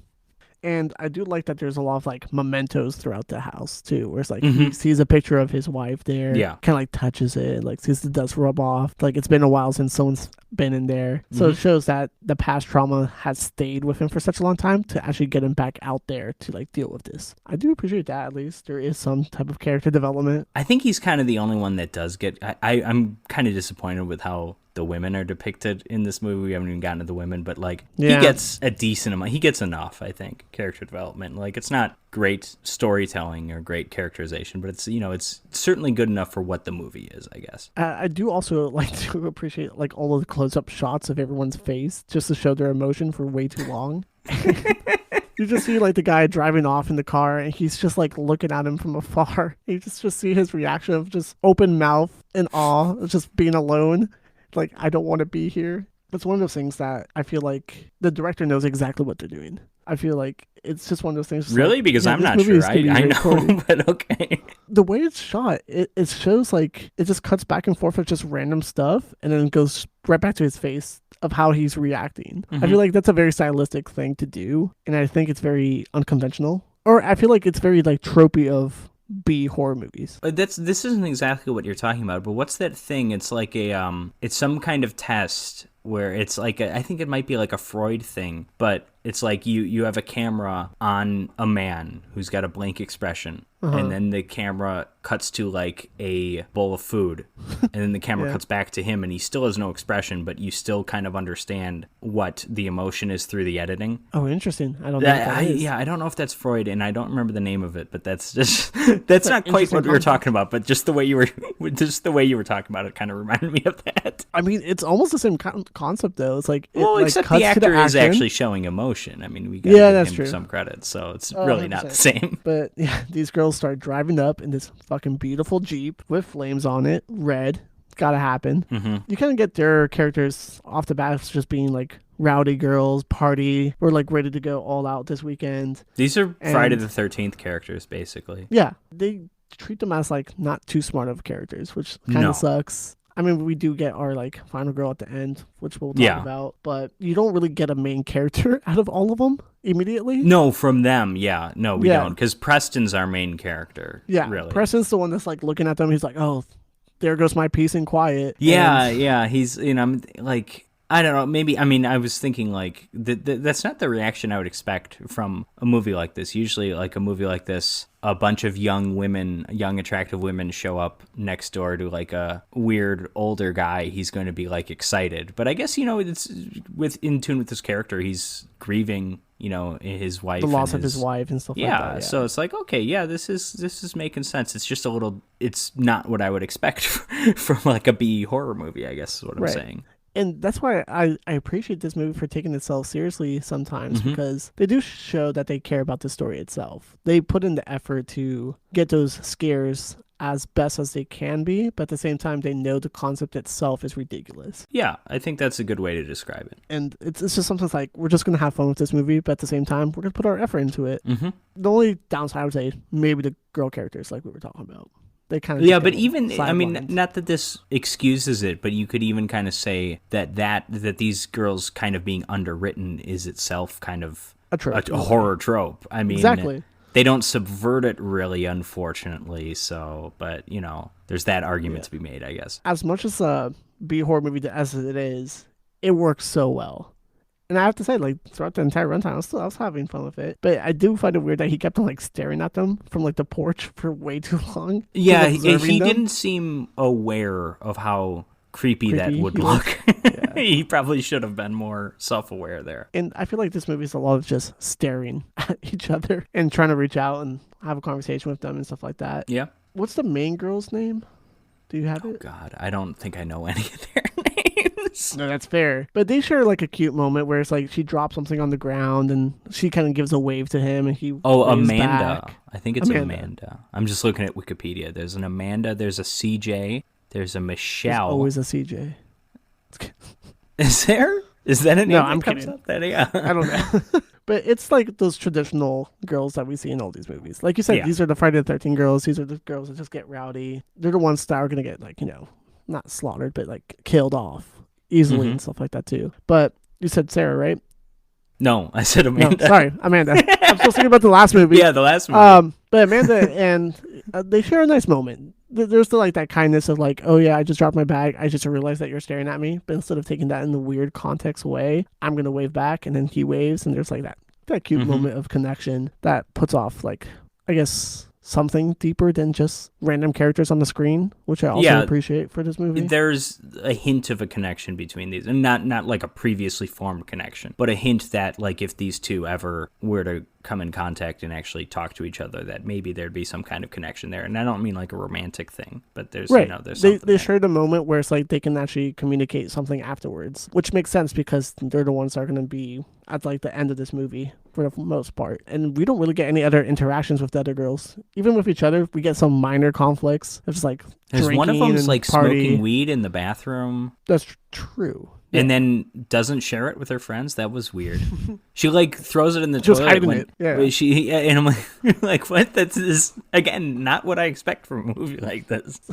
It's one of those things like they're just all hanging out. They're having margaritas. They're having the time of their life. Right. Nightfall starts to kick in. We start to see like the beauty of like the whole entire environment. And the woods look great. I feel like they shot I did want to say well that. too. I just love the location here. I mean, movies set in the woods, if you're dealing with like maybe not a B movie, but like a C movie, there's a lot of movies that are just like, someone like you or me just shoots something in a woods, get some friends together. And those are just like awful. But I like movies with at least a little bit of a budget that are made on a professional scale in the woods. I do like the woods as a location, as it's because when it's dark, you can kind of imagine anything is out there, especially with the tall trees and stuff that hide a lot.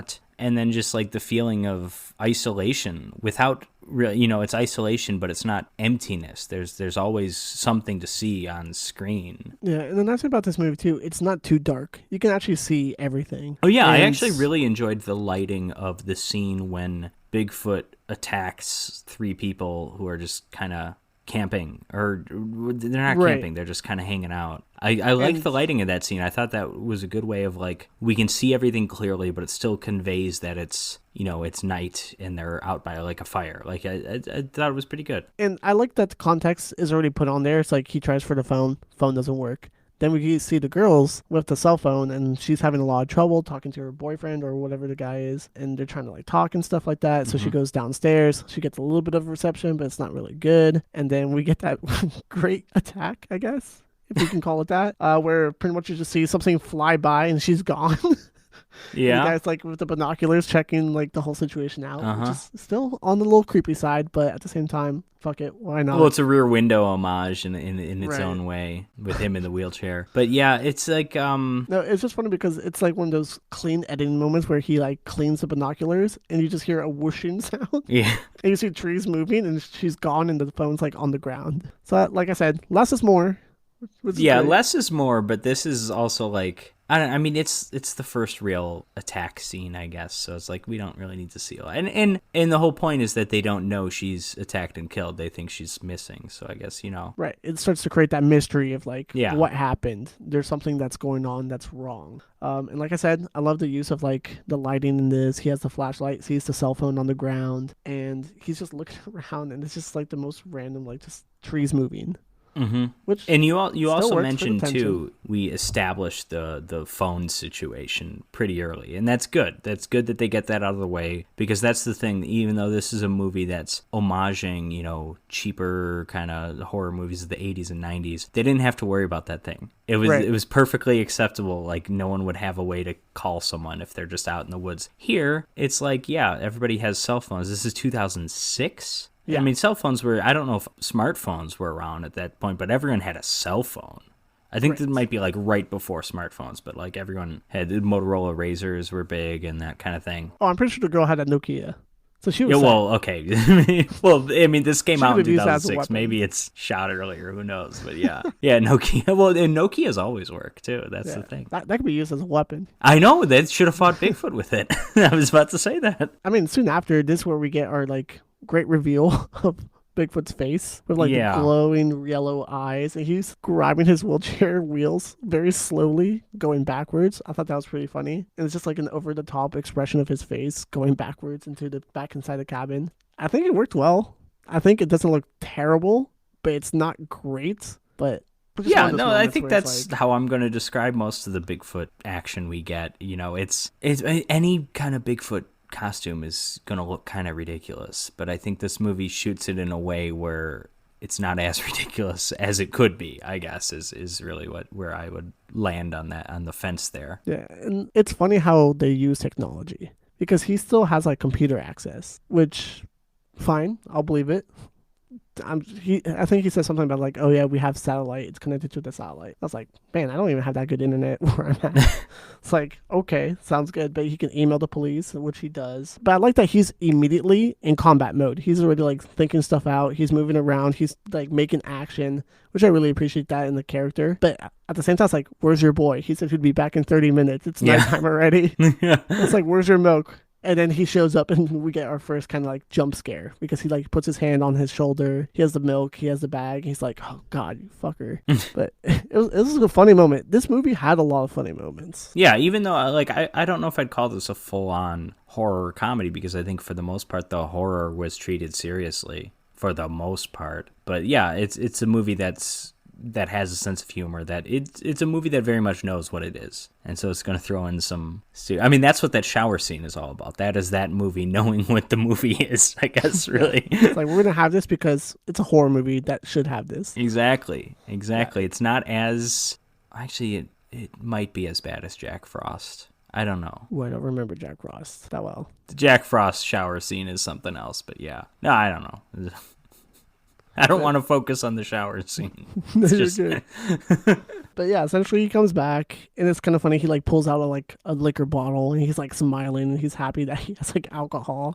And while his friend is just trying to tell him, it's like, no, something's wrong. There's a girl that's missing. It's like, you know what? In a little while, if she's still missing, we'll figure it out, and we'll talk to the girls and stuff like that. Again, setting up the character to be kind of like the douchebag. Doesn't really care about him. He's not doing his job of why he's there too. Obviously, he's supposed to be helping him out with a lot of trauma and stuff, and he's kind of having like a getaway vacation. Yeah, it's a vacation for him. He doesn't care. And he gets upset at him too for like bringing up stuff. It's like, no, don't worry about it. But he does have one redeeming scene. Yeah, he does. He absolutely does. Essentially, they open the door. He's trying to check everything out. He sees that there's a bunch of stairs that he can't go down by himself. Mm-hmm. So himself feels kind of trapped and can't really do anything too, which also creates a great element for a horror movie of just being, I hate to say it, but like helpless in a way, and you're trying to be as helpful as possible. Yeah. Earlier in the movie, he was trying to like yell at them, and even the girl kind of pops her head out of the window. It's like, what are you looking at, you perv? And like closes the blinds. Yeah. So he's trying his best. So even if like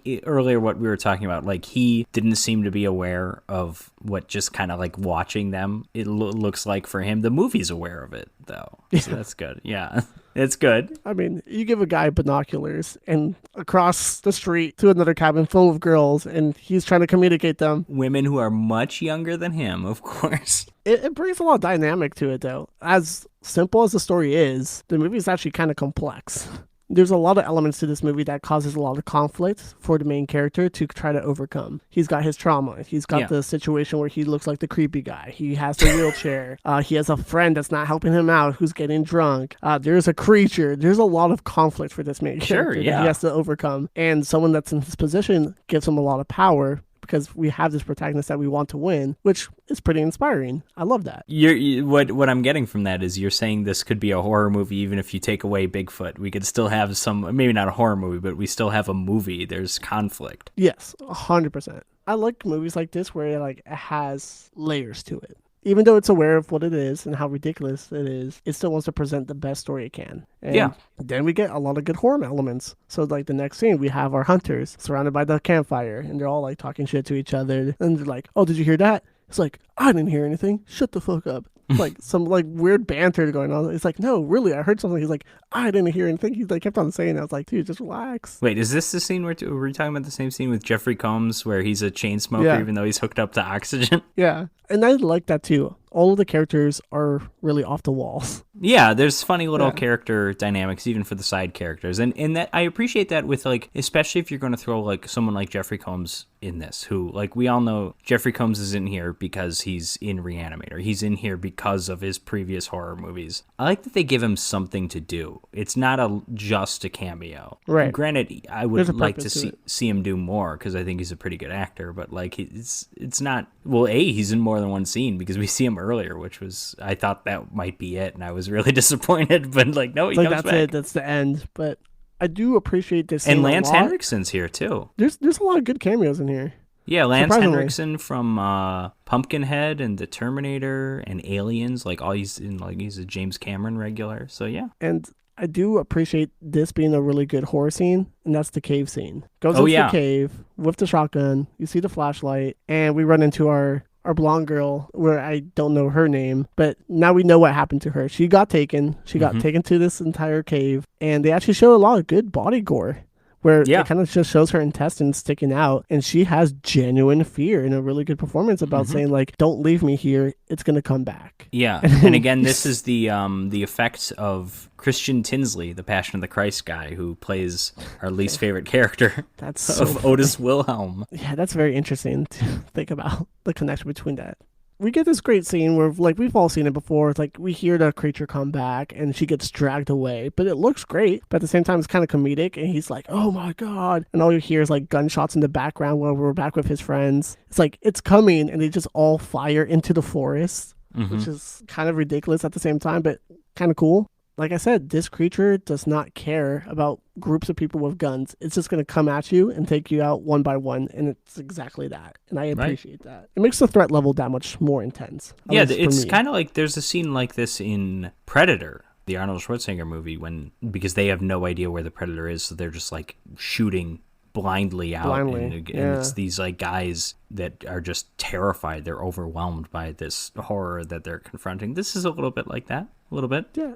And it works. It works for this movie. It keeps you a little bit on the edge a little bit too. And that's why I like about this movie. It's not a throwaway movie. They do. No, absolutely. I would have thought it was. I really would have thought it was. And I've even kind of joked about it like it is, because at the end of the day, it's a Sasquatch movie. It is and it's not. You can't take this movie too seriously. And as a viewer, you have to go in and just turn your brain off watching this movie. And I think a lot of people would have a lot of fun with this. Have you ever seen the Hatchet movies? Any of them? The first one, but way back when. I don't even remember it. Because I was thinking this movie could have been Hatchet, which Hatchet is basically an excuse for over-the-top gore and horror movie cameos. Tony Todd. Tony Todd's great. John Carl Buechler. No, Tony Todd's awesome, but there's a lot of just cameos. All of the Hatchet movies have all of those. Felissa Rose is actually really good in the fourth one, or maybe the third one. I don't remember. But this movie, when I saw the cast, I'm like, oh, this is going to be a Hatchet thing. And for the record, I kind of hate the Hatchet series because I just find that's all it is like homage, and not even to the point of like parody or like genuine satire. But I just kind of find those movies exhausting because it's like, yeah, it's this actor that I'm familiar with from these other horror things, but are they going to do anything neat? No? Okay. And then it's just like this over-the-top blood and gore, like really over-the-top. Like here, we don't have anything. We have some really kind of nasty moments, actually, but nothing, gore-wise, there's gore. It's not over-the-top, certainly not to a comedic way. Well, there's one part that's kind of silly, but there's I a few thought parts, it was really neat. And then, like, yeah, the actors, every actor working in this movie seems committed to making this as a semi-serious horror movie that, they're going to have some fun with it, obviously, just with the premise and everything. But yeah, you put the nail right on the head. I think they just had a lot of fun. This was not a hatchet. I think they had a lot of fun making this movie, and it shows on the screen. You can tell that they all wanted to have fun with it. And essentially, he gets the idea of like, oh, let me use technology again, using my computer to text them, which was very interesting because he uses like the online phone book. Don't know if that's still a thing, but he figures out the girl's name. Who knows? And I like how it's like the flashback. He like listens to their name in the background. It's like, oh, that's her name. I'll do my detective work. Sends them the text message. They kind of like blow it off. It's like, she's missing? Oh, what are we going to do? Let's go back upstairs. And that's what causes a little bit of conflict between them as characters, and like the other person's like just wants to go back inside because she's scared. The other person wants to go out in the woods and find her. But we start getting those like great stalker shots of the creature looking at them, and always love that stuff. I thought they were gonna get killed right then and there, but they didn't, which was kind of funny. Even him, he had like predator vision in a way. It was like this like orange, they did something vision. weird with the It looked like like an eye just like staring at them, and it's like yellow eyes, so you get that yellow orangey tint to it, which I think works really well. You have our hero trying to like wave them down. They're not paying attention. They all go back inside. We just have our great nice therapist that's supposed to be there for his boy passed out on the couch drunk.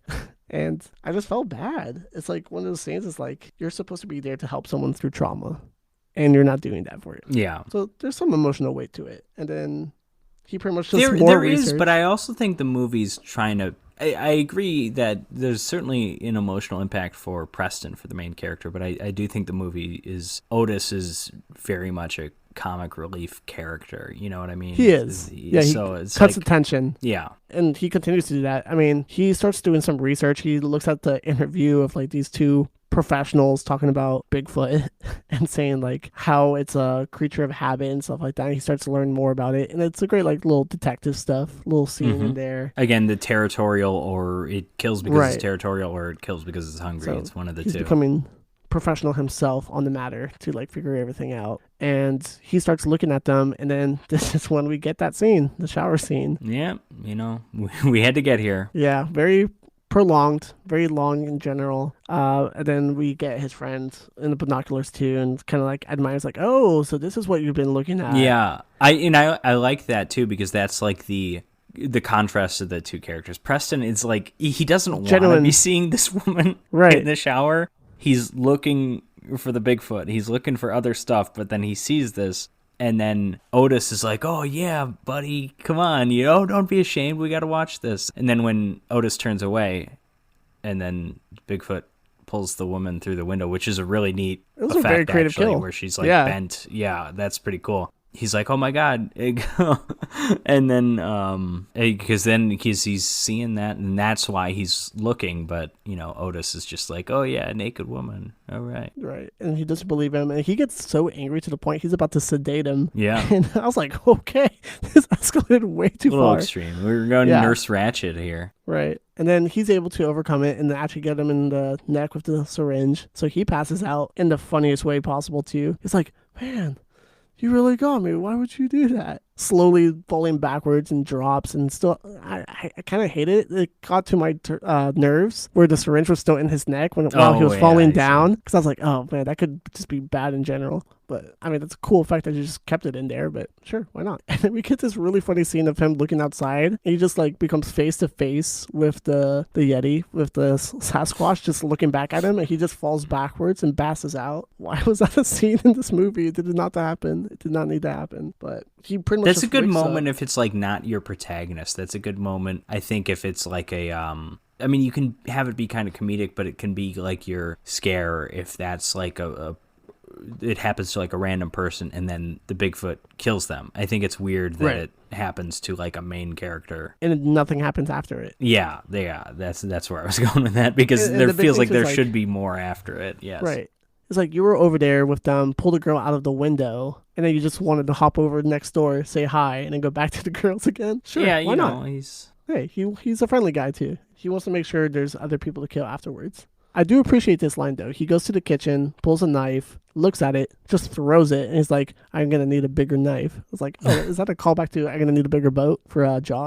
Gotta be. It's like, or it's a Crocodile Dundee reference, perhaps. You familiar with that one? That's true too. Yeah. Yeah. But I like how he just like chucks it. He's like, "Nah, it's not gonna work.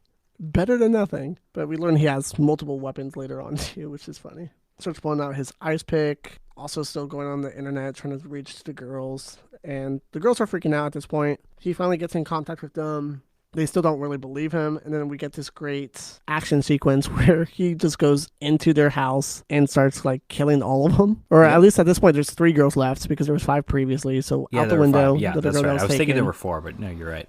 And we get this really weird creative kill of the girl being upstairs and he's downstairs and kind of hears her and just like rips through the floor. Okay, I'll take it. That's something I've never seen before. And it's like if, the Hulk were like a slasher villain, right? You're just this big buff thing. It's like, yeah, I want to see him do some kind of stupid things where he just shows off how big and strong he is. Yeah, it's great. I mean, that's a good way to put it. It's a creature feature of Hulk in here. 100%, because we do get this really great scene of them going back outside, and he kind of like just stomps one girl down, and it's kind of brutal. I'll give it that. I was like, damn, this is a very intense scene. Yeah. Where you just see this girl's like body on the ground. And this is when we get the full entire body of the abominable Sasquatch, essentially. we get his whole like look and everything, and it's not the best, but it's not passable. the worst. I do think it's passable. Again, for a direct-to-video movie in 2006, I didn't even know they made direct-to-video movies back then in 2006, right. It's like, I think this is, this could have aired on Sci-Fi. This would be better than most things that aired on the Sci-Fi network, right? Isn't Sci-Fi the one that shows like Sharktopus and that stuff? Oh, yes. 100%. Yeah, so this is a lot better than that stuff. This reminded me of a mixture of like Sharknado, which was very self-aware of what it was, and Gremlins for some reason. 2 completely different movies. This don't know why. Leans closer to Gremlins, I would say. I mean, I get the Sharknado thing. I sort of understand what you mean, but or like they understand the tropes and stuff like that, and they play it off exactly how it is. Yeah. But at the same time, it feels a lot like a fun, entertaining movie like Gremlins that also does the tropes and stuff like that. Yeah, okay, I sort of understand. Essentially, main girl meets main guy. They link up together. They go to the cabin, and they come up with this like great plan to put like some raw meat in front of the door and pretty much trap it, and then try to see if they can kill it. And then for whatever reason, they kind of throw that plan out the window, and they're like, nope, we should get a harness, and we'll lower you down, and we'll lower me down, and kind of escapes through his car, I think. Doesn't really work out. But right before she gets pulled up by the abominable, I hate this word. the Yeti, the monster. The monster starts pulling her up using the harness, which I thought was a really good tension-filled scene. And I was like, cool, I can vibe with this. But at the same time, like what he was saying, it's like, oh, just unclip. That's all you have to do. Mm-hmm. And there's multiple times she had to do that. But there's a great scene where our homeboy is awake, has an axe. Otis, I forgot what the line was. Oh, I got the line. I found the line. Hey, ass monkey, eat this. Great fucking line. It's a good one. And then, of course, true to his word, he ate this. Yes, which was his face. It looked great. Well, first of all, I mean, he gets the axe in his back, which is pretty great. Yeah. But when he eats his face, this is like kind of funny, but it's a really neat effect, and it's awesome. It is. It's like the Bigfoot. His jaw like expands like a snake, which is so cool. Like his mouth opens up wider than you would expect it to be. Or it's like that there's something in Krampus that's kind of like that. Oh yeah. Is that the clown? Yeah, probably. The Jack in the Box clown one? I don't remember Krampus too well, but yeah, probably the clown. It's not the gingerbread man, so it's got to be something. That right? was cool. Yeah. But yeah, and then he bites off his face. It's great. And I think if you're Christian Tinsley, I think you probably have the most fun designing makeup effects. I mean, he's not the only one doing effects here, but he is among the team. He's probably having the most fun designing his own death, and I think that kind of comes through in this movie, because this is the most fun moment in the movie for me. Yeah, and I have to say, it does look really good. I think this is like probably one of the strongest moments of this movie, because I didn't know they were going to take it there, and they took it there, and I was surprised how good it looked. Yeah, because it's appropriately horrific. It's legitimately good looking, but it's silly and funny too. It's like it's kind of the movie as a whole, really. Yeah, this entire sequence of just like this is the movie monkey, at its best right here. Eat this, and then you just see that. It's like, so good.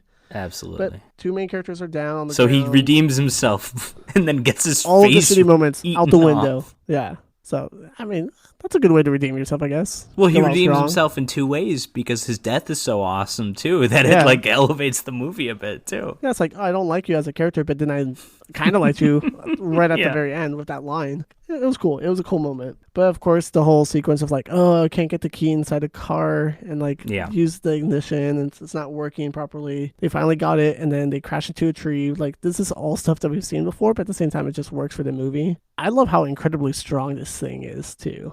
It could just, like, pick up cars and, like, throw cars like nothing. Sure, why not? Exactly, why not? And then they're able to pin down the Yeti to a tree and try to crush it as much as possible. And we get this sweet moment of him crawling up to her body, and she's like, where is this? Like, it's over there, it's dead, I killed it. And it's like a really weird romantic scene, or I feel like I felt it like that. Where is this coming from? In my mind, it's like, this movie is ridiculous in the best way possible. I think it kind of came off as romantic, but going back to, like, the moment those two shared early in the movie when they, like, kind of look at each other the first time, it's like, maybe it's just like a connection. Because I think it's just a connection. Because I mean, he's lost his wife, but he's also, like, what we know of him, the only person in his life is this nurse guy who hates him, or at least hates working with him. I mean, like, he's missing companionship of any kind, really. That's fair. That's a good observation. And I think it's that genuine connection where it felt funny, but at the same time it was like very sweet and wholesome too. It was a very good wholesome moment. But I do agree that it came off a bit as romantic, over the top. It's just like we're the two final people survived, and we're like sharing this moment together. And the blood on her face kind of looked really cool with the lighting of like snow slowly falling down as well. And then we get like the cops and the ambulance on scene, and that's really cool. And you can see the snow starting to fall some more. I don't know how you feel about this ending, but I love it, where we see like the cops going into the woods, and they see the car. Yeti's gone. I was like, oh, nice. I kind of saw that coming. But what I did not see coming... Because you've seen a horror movie before, yeah. But what I did not see coming is when they look out to the distance, you see the orange, yellowish eyes, and then you see a bunch more orange, yellowish eyes, saying like there's a lot more out there. Yeah. And I felt like that's hilarious, but at the same time, awesome. I'm all for it. It's good. I don't say I love it, but I mean it's a good. And then people out there will be like, oh, it's sequel bait. No, it's not. It's just it's a. I mean, is there a maybe sequel they tried to make a sequel. I don't know. To my knowledge, there isn't a sequel, but it's like you can end on that like. It's a stinger of an ending. I think it's it's a good one. Whether or not there's a sequel after this, and like I said, I don't believe there is. It's a pretty effective ending. Yeah. That's that movie. I mean, that's Abominable. I'll say it for you. It is. It's that one word. It's that one word. There we go. And I don't know how do you feel about the whole movie itself?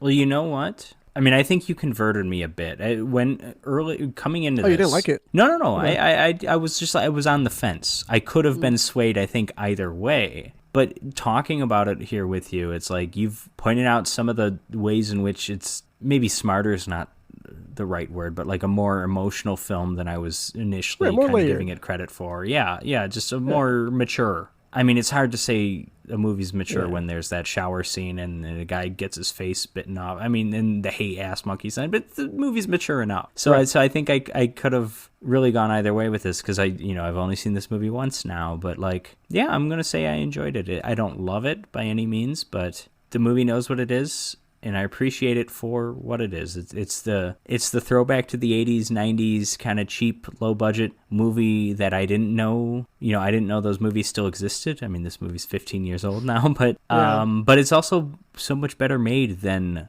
those movies. And I don't mean like Gremlins. I'm talking like the I don't know, like the Puppet Master series and movies like that. Right. Like this movie is better made than Demonic Toys. No, yeah, there's a lot of effort that went into this, and Absolutely. you can tell. And it's very campy. And like I said earlier, I feel like everyone in the cast and the director just had fun with this movie. And it translates it through the screen. I was having fun with it as well. This movie's a 10 out of 10. Now, that being said, right, I will never watch this movie again. Oh, wow. I don't think I could. I think it's a thrill ride, right? You go on the roller coaster, you had fun, but it's like, I'm good. I don't have to do that again. I mean, I'm a bigger roller coaster fan than you, apparently, but no, Fair enough. The likelihood that I'll watch this movie again, I'll admit it's not high, but I'm not ruling it out. Wow, okay. Fair enough. You know, it's just, if I forget to remove it from my Tubi watch list, and I'm thinking of like, okay, what movie should I watch as I'm going to bed, and I go through my Tubi watch list, I'm like, oh yeah, Abominable. That movie was all right. Yeah, so I might see it again. I might. If I would see this movie, I'd watch it with a friend just to see their reaction. This is definitely one that you would share.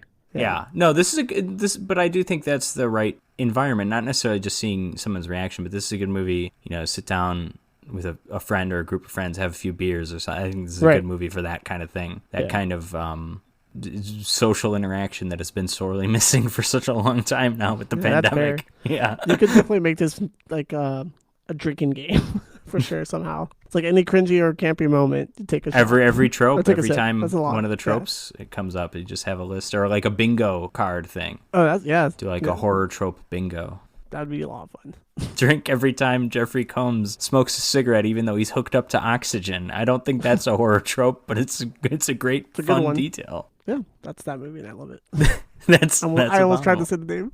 All right. So, Freddie, which of these two movies, Suspiria or Abominable, do you prefer? Suspiria. Okay. To be honest, yes. Yeah, no, it's just a better, well-done movie overall. It's something that's going to stick in my mind for a while. I'm still thinking about it every so often, just because of how gorgeous it looks and how it made me feel. I feel like I could definitely rewatch it multiple times and still appreciate it. And that first time viewing just like stole all of my expectations, because I had really high expectations already coming into it. Because you've heard of it, a movie, you know the movie's so reputation. Powerful. Yeah. And that could always hit or miss for some people. It's like going into a movie with a lot of high expectations can make you not like that movie because you expected more from it. Absolutely, yeah. That was how I was let down the first time I saw Hereditary. It wasn't until the second time I saw it that I'm like, wow, this movie's great. It was like the first time I saw it, I had heard so much about it, and I'm like, kind of let me down. But honestly, no, that's what took me such a long time to watch Midsommar. Oh, okay. For that same reason. I didn't see Midsommar until this year, and because we had to do it for the podcast, and I was like, cool, this is my time to actually finally go into it, watch it fully through, and I really appreciated it for what it was. But I feel like if I saw it back when it was super popular, I probably wouldn't have liked it. Interesting. But I feel like because the buzz kind of died down a little bit, I know it's very like, people will always talk about the quote-unquote elevated horror, which I hate that concept in general, but yeah, art house horror, whatever people, it's like, oh, what's worth the post horror like is that. another term I've heard thrown around with things like that, with It Comes at Night, stuff like that. Right, very art house films. Yeah, which is like, that's always been around. The Shining is that. I mean, I said I don't really care for it. It's not because it's that, but that's what The Shining is, you know? That's true. 100%. And it's a horror classic. This movie, Suspiria, is going to stay with me. And I think if I were to like think about like a top 10 list, would it make it? Probably. Okay. I just really have to think about it. That's high praise. I mean, yeah. I mean, for me, because I've seen it a bunch of times, I can definitively say top 5 horror movies for me. So yeah, my pick is Suspiria as well. I do prefer Suspiria to Abominable, but Abominable did not let me down. I will say that, and True. you know, I mean, granted, I had no expectations, so I don't know how it really would have let me down. But you know, I enjoyed it. So, but Suspiria it's great. It's a masterpiece. I love 70s horror. I love Italian horror. I love Dario Argento. It's my favorite film by him, even though there's a lot of other movies I love by him. Yeah, I mean, the movie feels like a nightmare in the best possible sense. It looks like this beautiful dream in terms of just the sets, the visuals, but then it's all this nightmare imagery of the blood and the gore and all that stuff happening throughout it. So it's like, it's this beautiful fairy tale that's being punctured by this horrible nightmare, I guess. Yeah. That's the perfect way to describe it. It's like a fantastical nightmare. Yeah, that's it. I feel like it's what Tim Burton has been trying to do for like the majority of his career. It's gorgeous to look at. like I said, if there's any listeners that haven't seen it and just heard us talk about it, still go and watch it because you'll still get a great experience out of it. So, Freddie, how do you think this works as a drive-in double feature? I would say it depends on the order. I think it could work. How would you put it? What order would make it work, do you think? I think Suspiria would have to go first. Oh, I agree. Yeah. This is a palate cleanser after Suspiria. And I think it works really well that way. Obviously, when I watched these movies, I think I saw Abominable first. Oh, no, you did it wrong. And then Suspiria. Suspiria I saw recently, like 2 days ago before recording this. Okay, yeah. So very fresh in my mind. And like I said, it was... I was not supposed to be doing that, but I was watching it at work. I had some downtime. Fuck it, whatever. And it was giving me anxiety, and I was like, oh man, I gotta do hella work after this, and I'm really like anxious. Okay. And it's like, all right, that's fine. It's one of those movies where it's just, I feel like it has to go first for the content that it gives you, and because it's so soul sucking is what's coming to mind right now. Wow, okay. It takes away a piece of you. But at the same time, you really appreciate that it did. No, because yeah, it was I know a gorgeous journey. And you mentioned the catharsis we get with the main character at the very end. Correct, but that catharsis is 5 seconds, short-lived. You know? Yeah. Very short-lived. And then it's like it's a tension thrill ride from beginning to start. And then, the catharsis at the end is very quick. Doesn't let you have that moment. Yes. Which kind of sucks. Maybe that's my one nitpick. Other than that, I think it's a masterpiece, to be honest. Yeah, I agree. Ideally, I always talk about this with the whole double feature thing. The second movie is usually going to be your more violent, your more out there, your more crazy movie. And in a lot of ways, that's Suspiria. But at the same time, Suspiria, it's just a movie that should be taken more seriously. Than Abominable. No offense to Abominable, but again, we always talk about Abominable knows what it is. And Abominable as like the second feature where you're not paying as much attention to it and you're just joking around and trying to stay awake because it's 1 a.m. or something. I think Abominable works perfectly for that. It has its moments of fun. It has its moments of tension. Suspiria is mostly tension. And you don't want to end the night on that necessarily. I understand what you mean. Yeah, but does it work as a double feature? I would say so. I agree. It's surprisingly well. These movies on paper don't really. And it's not bad too. They're both like an hour and a half runtime, 3 hours. Yeah, that's knock fair. It out pretty fast. Yeah. Before I announce what we're doing, what I'm doing next week, I want to thank Freddie for joining us. Thank you. Thank you for having me. No, I appreciate it. It's an honor. Yeah, and reminder, you are from... Yes, I'm from the Good Night Movie Club, also from Night Light, a horror movie podcast under the Bloody Disgusting Podcast Network. Right, okay, thank you very much. Absolutely. And next week, what my co-host Jim and I will be discussing is going to be 2 mid-80s sequels to classic films. We've got James Cameron's Aliens, starring Lance Henriksen, who appears in Abominable, and A Nightmare on Elm Street 2, Freddy's Revenge. So that's going to be a lot of fun. Stay tuned. As of now, both movies are on HBO Max, but who knows? That could change. So anyways, thanks again, Freddie. Thank you. I really appreciate it. Don't take your revenge out on me too hard next week. Not at all. All right.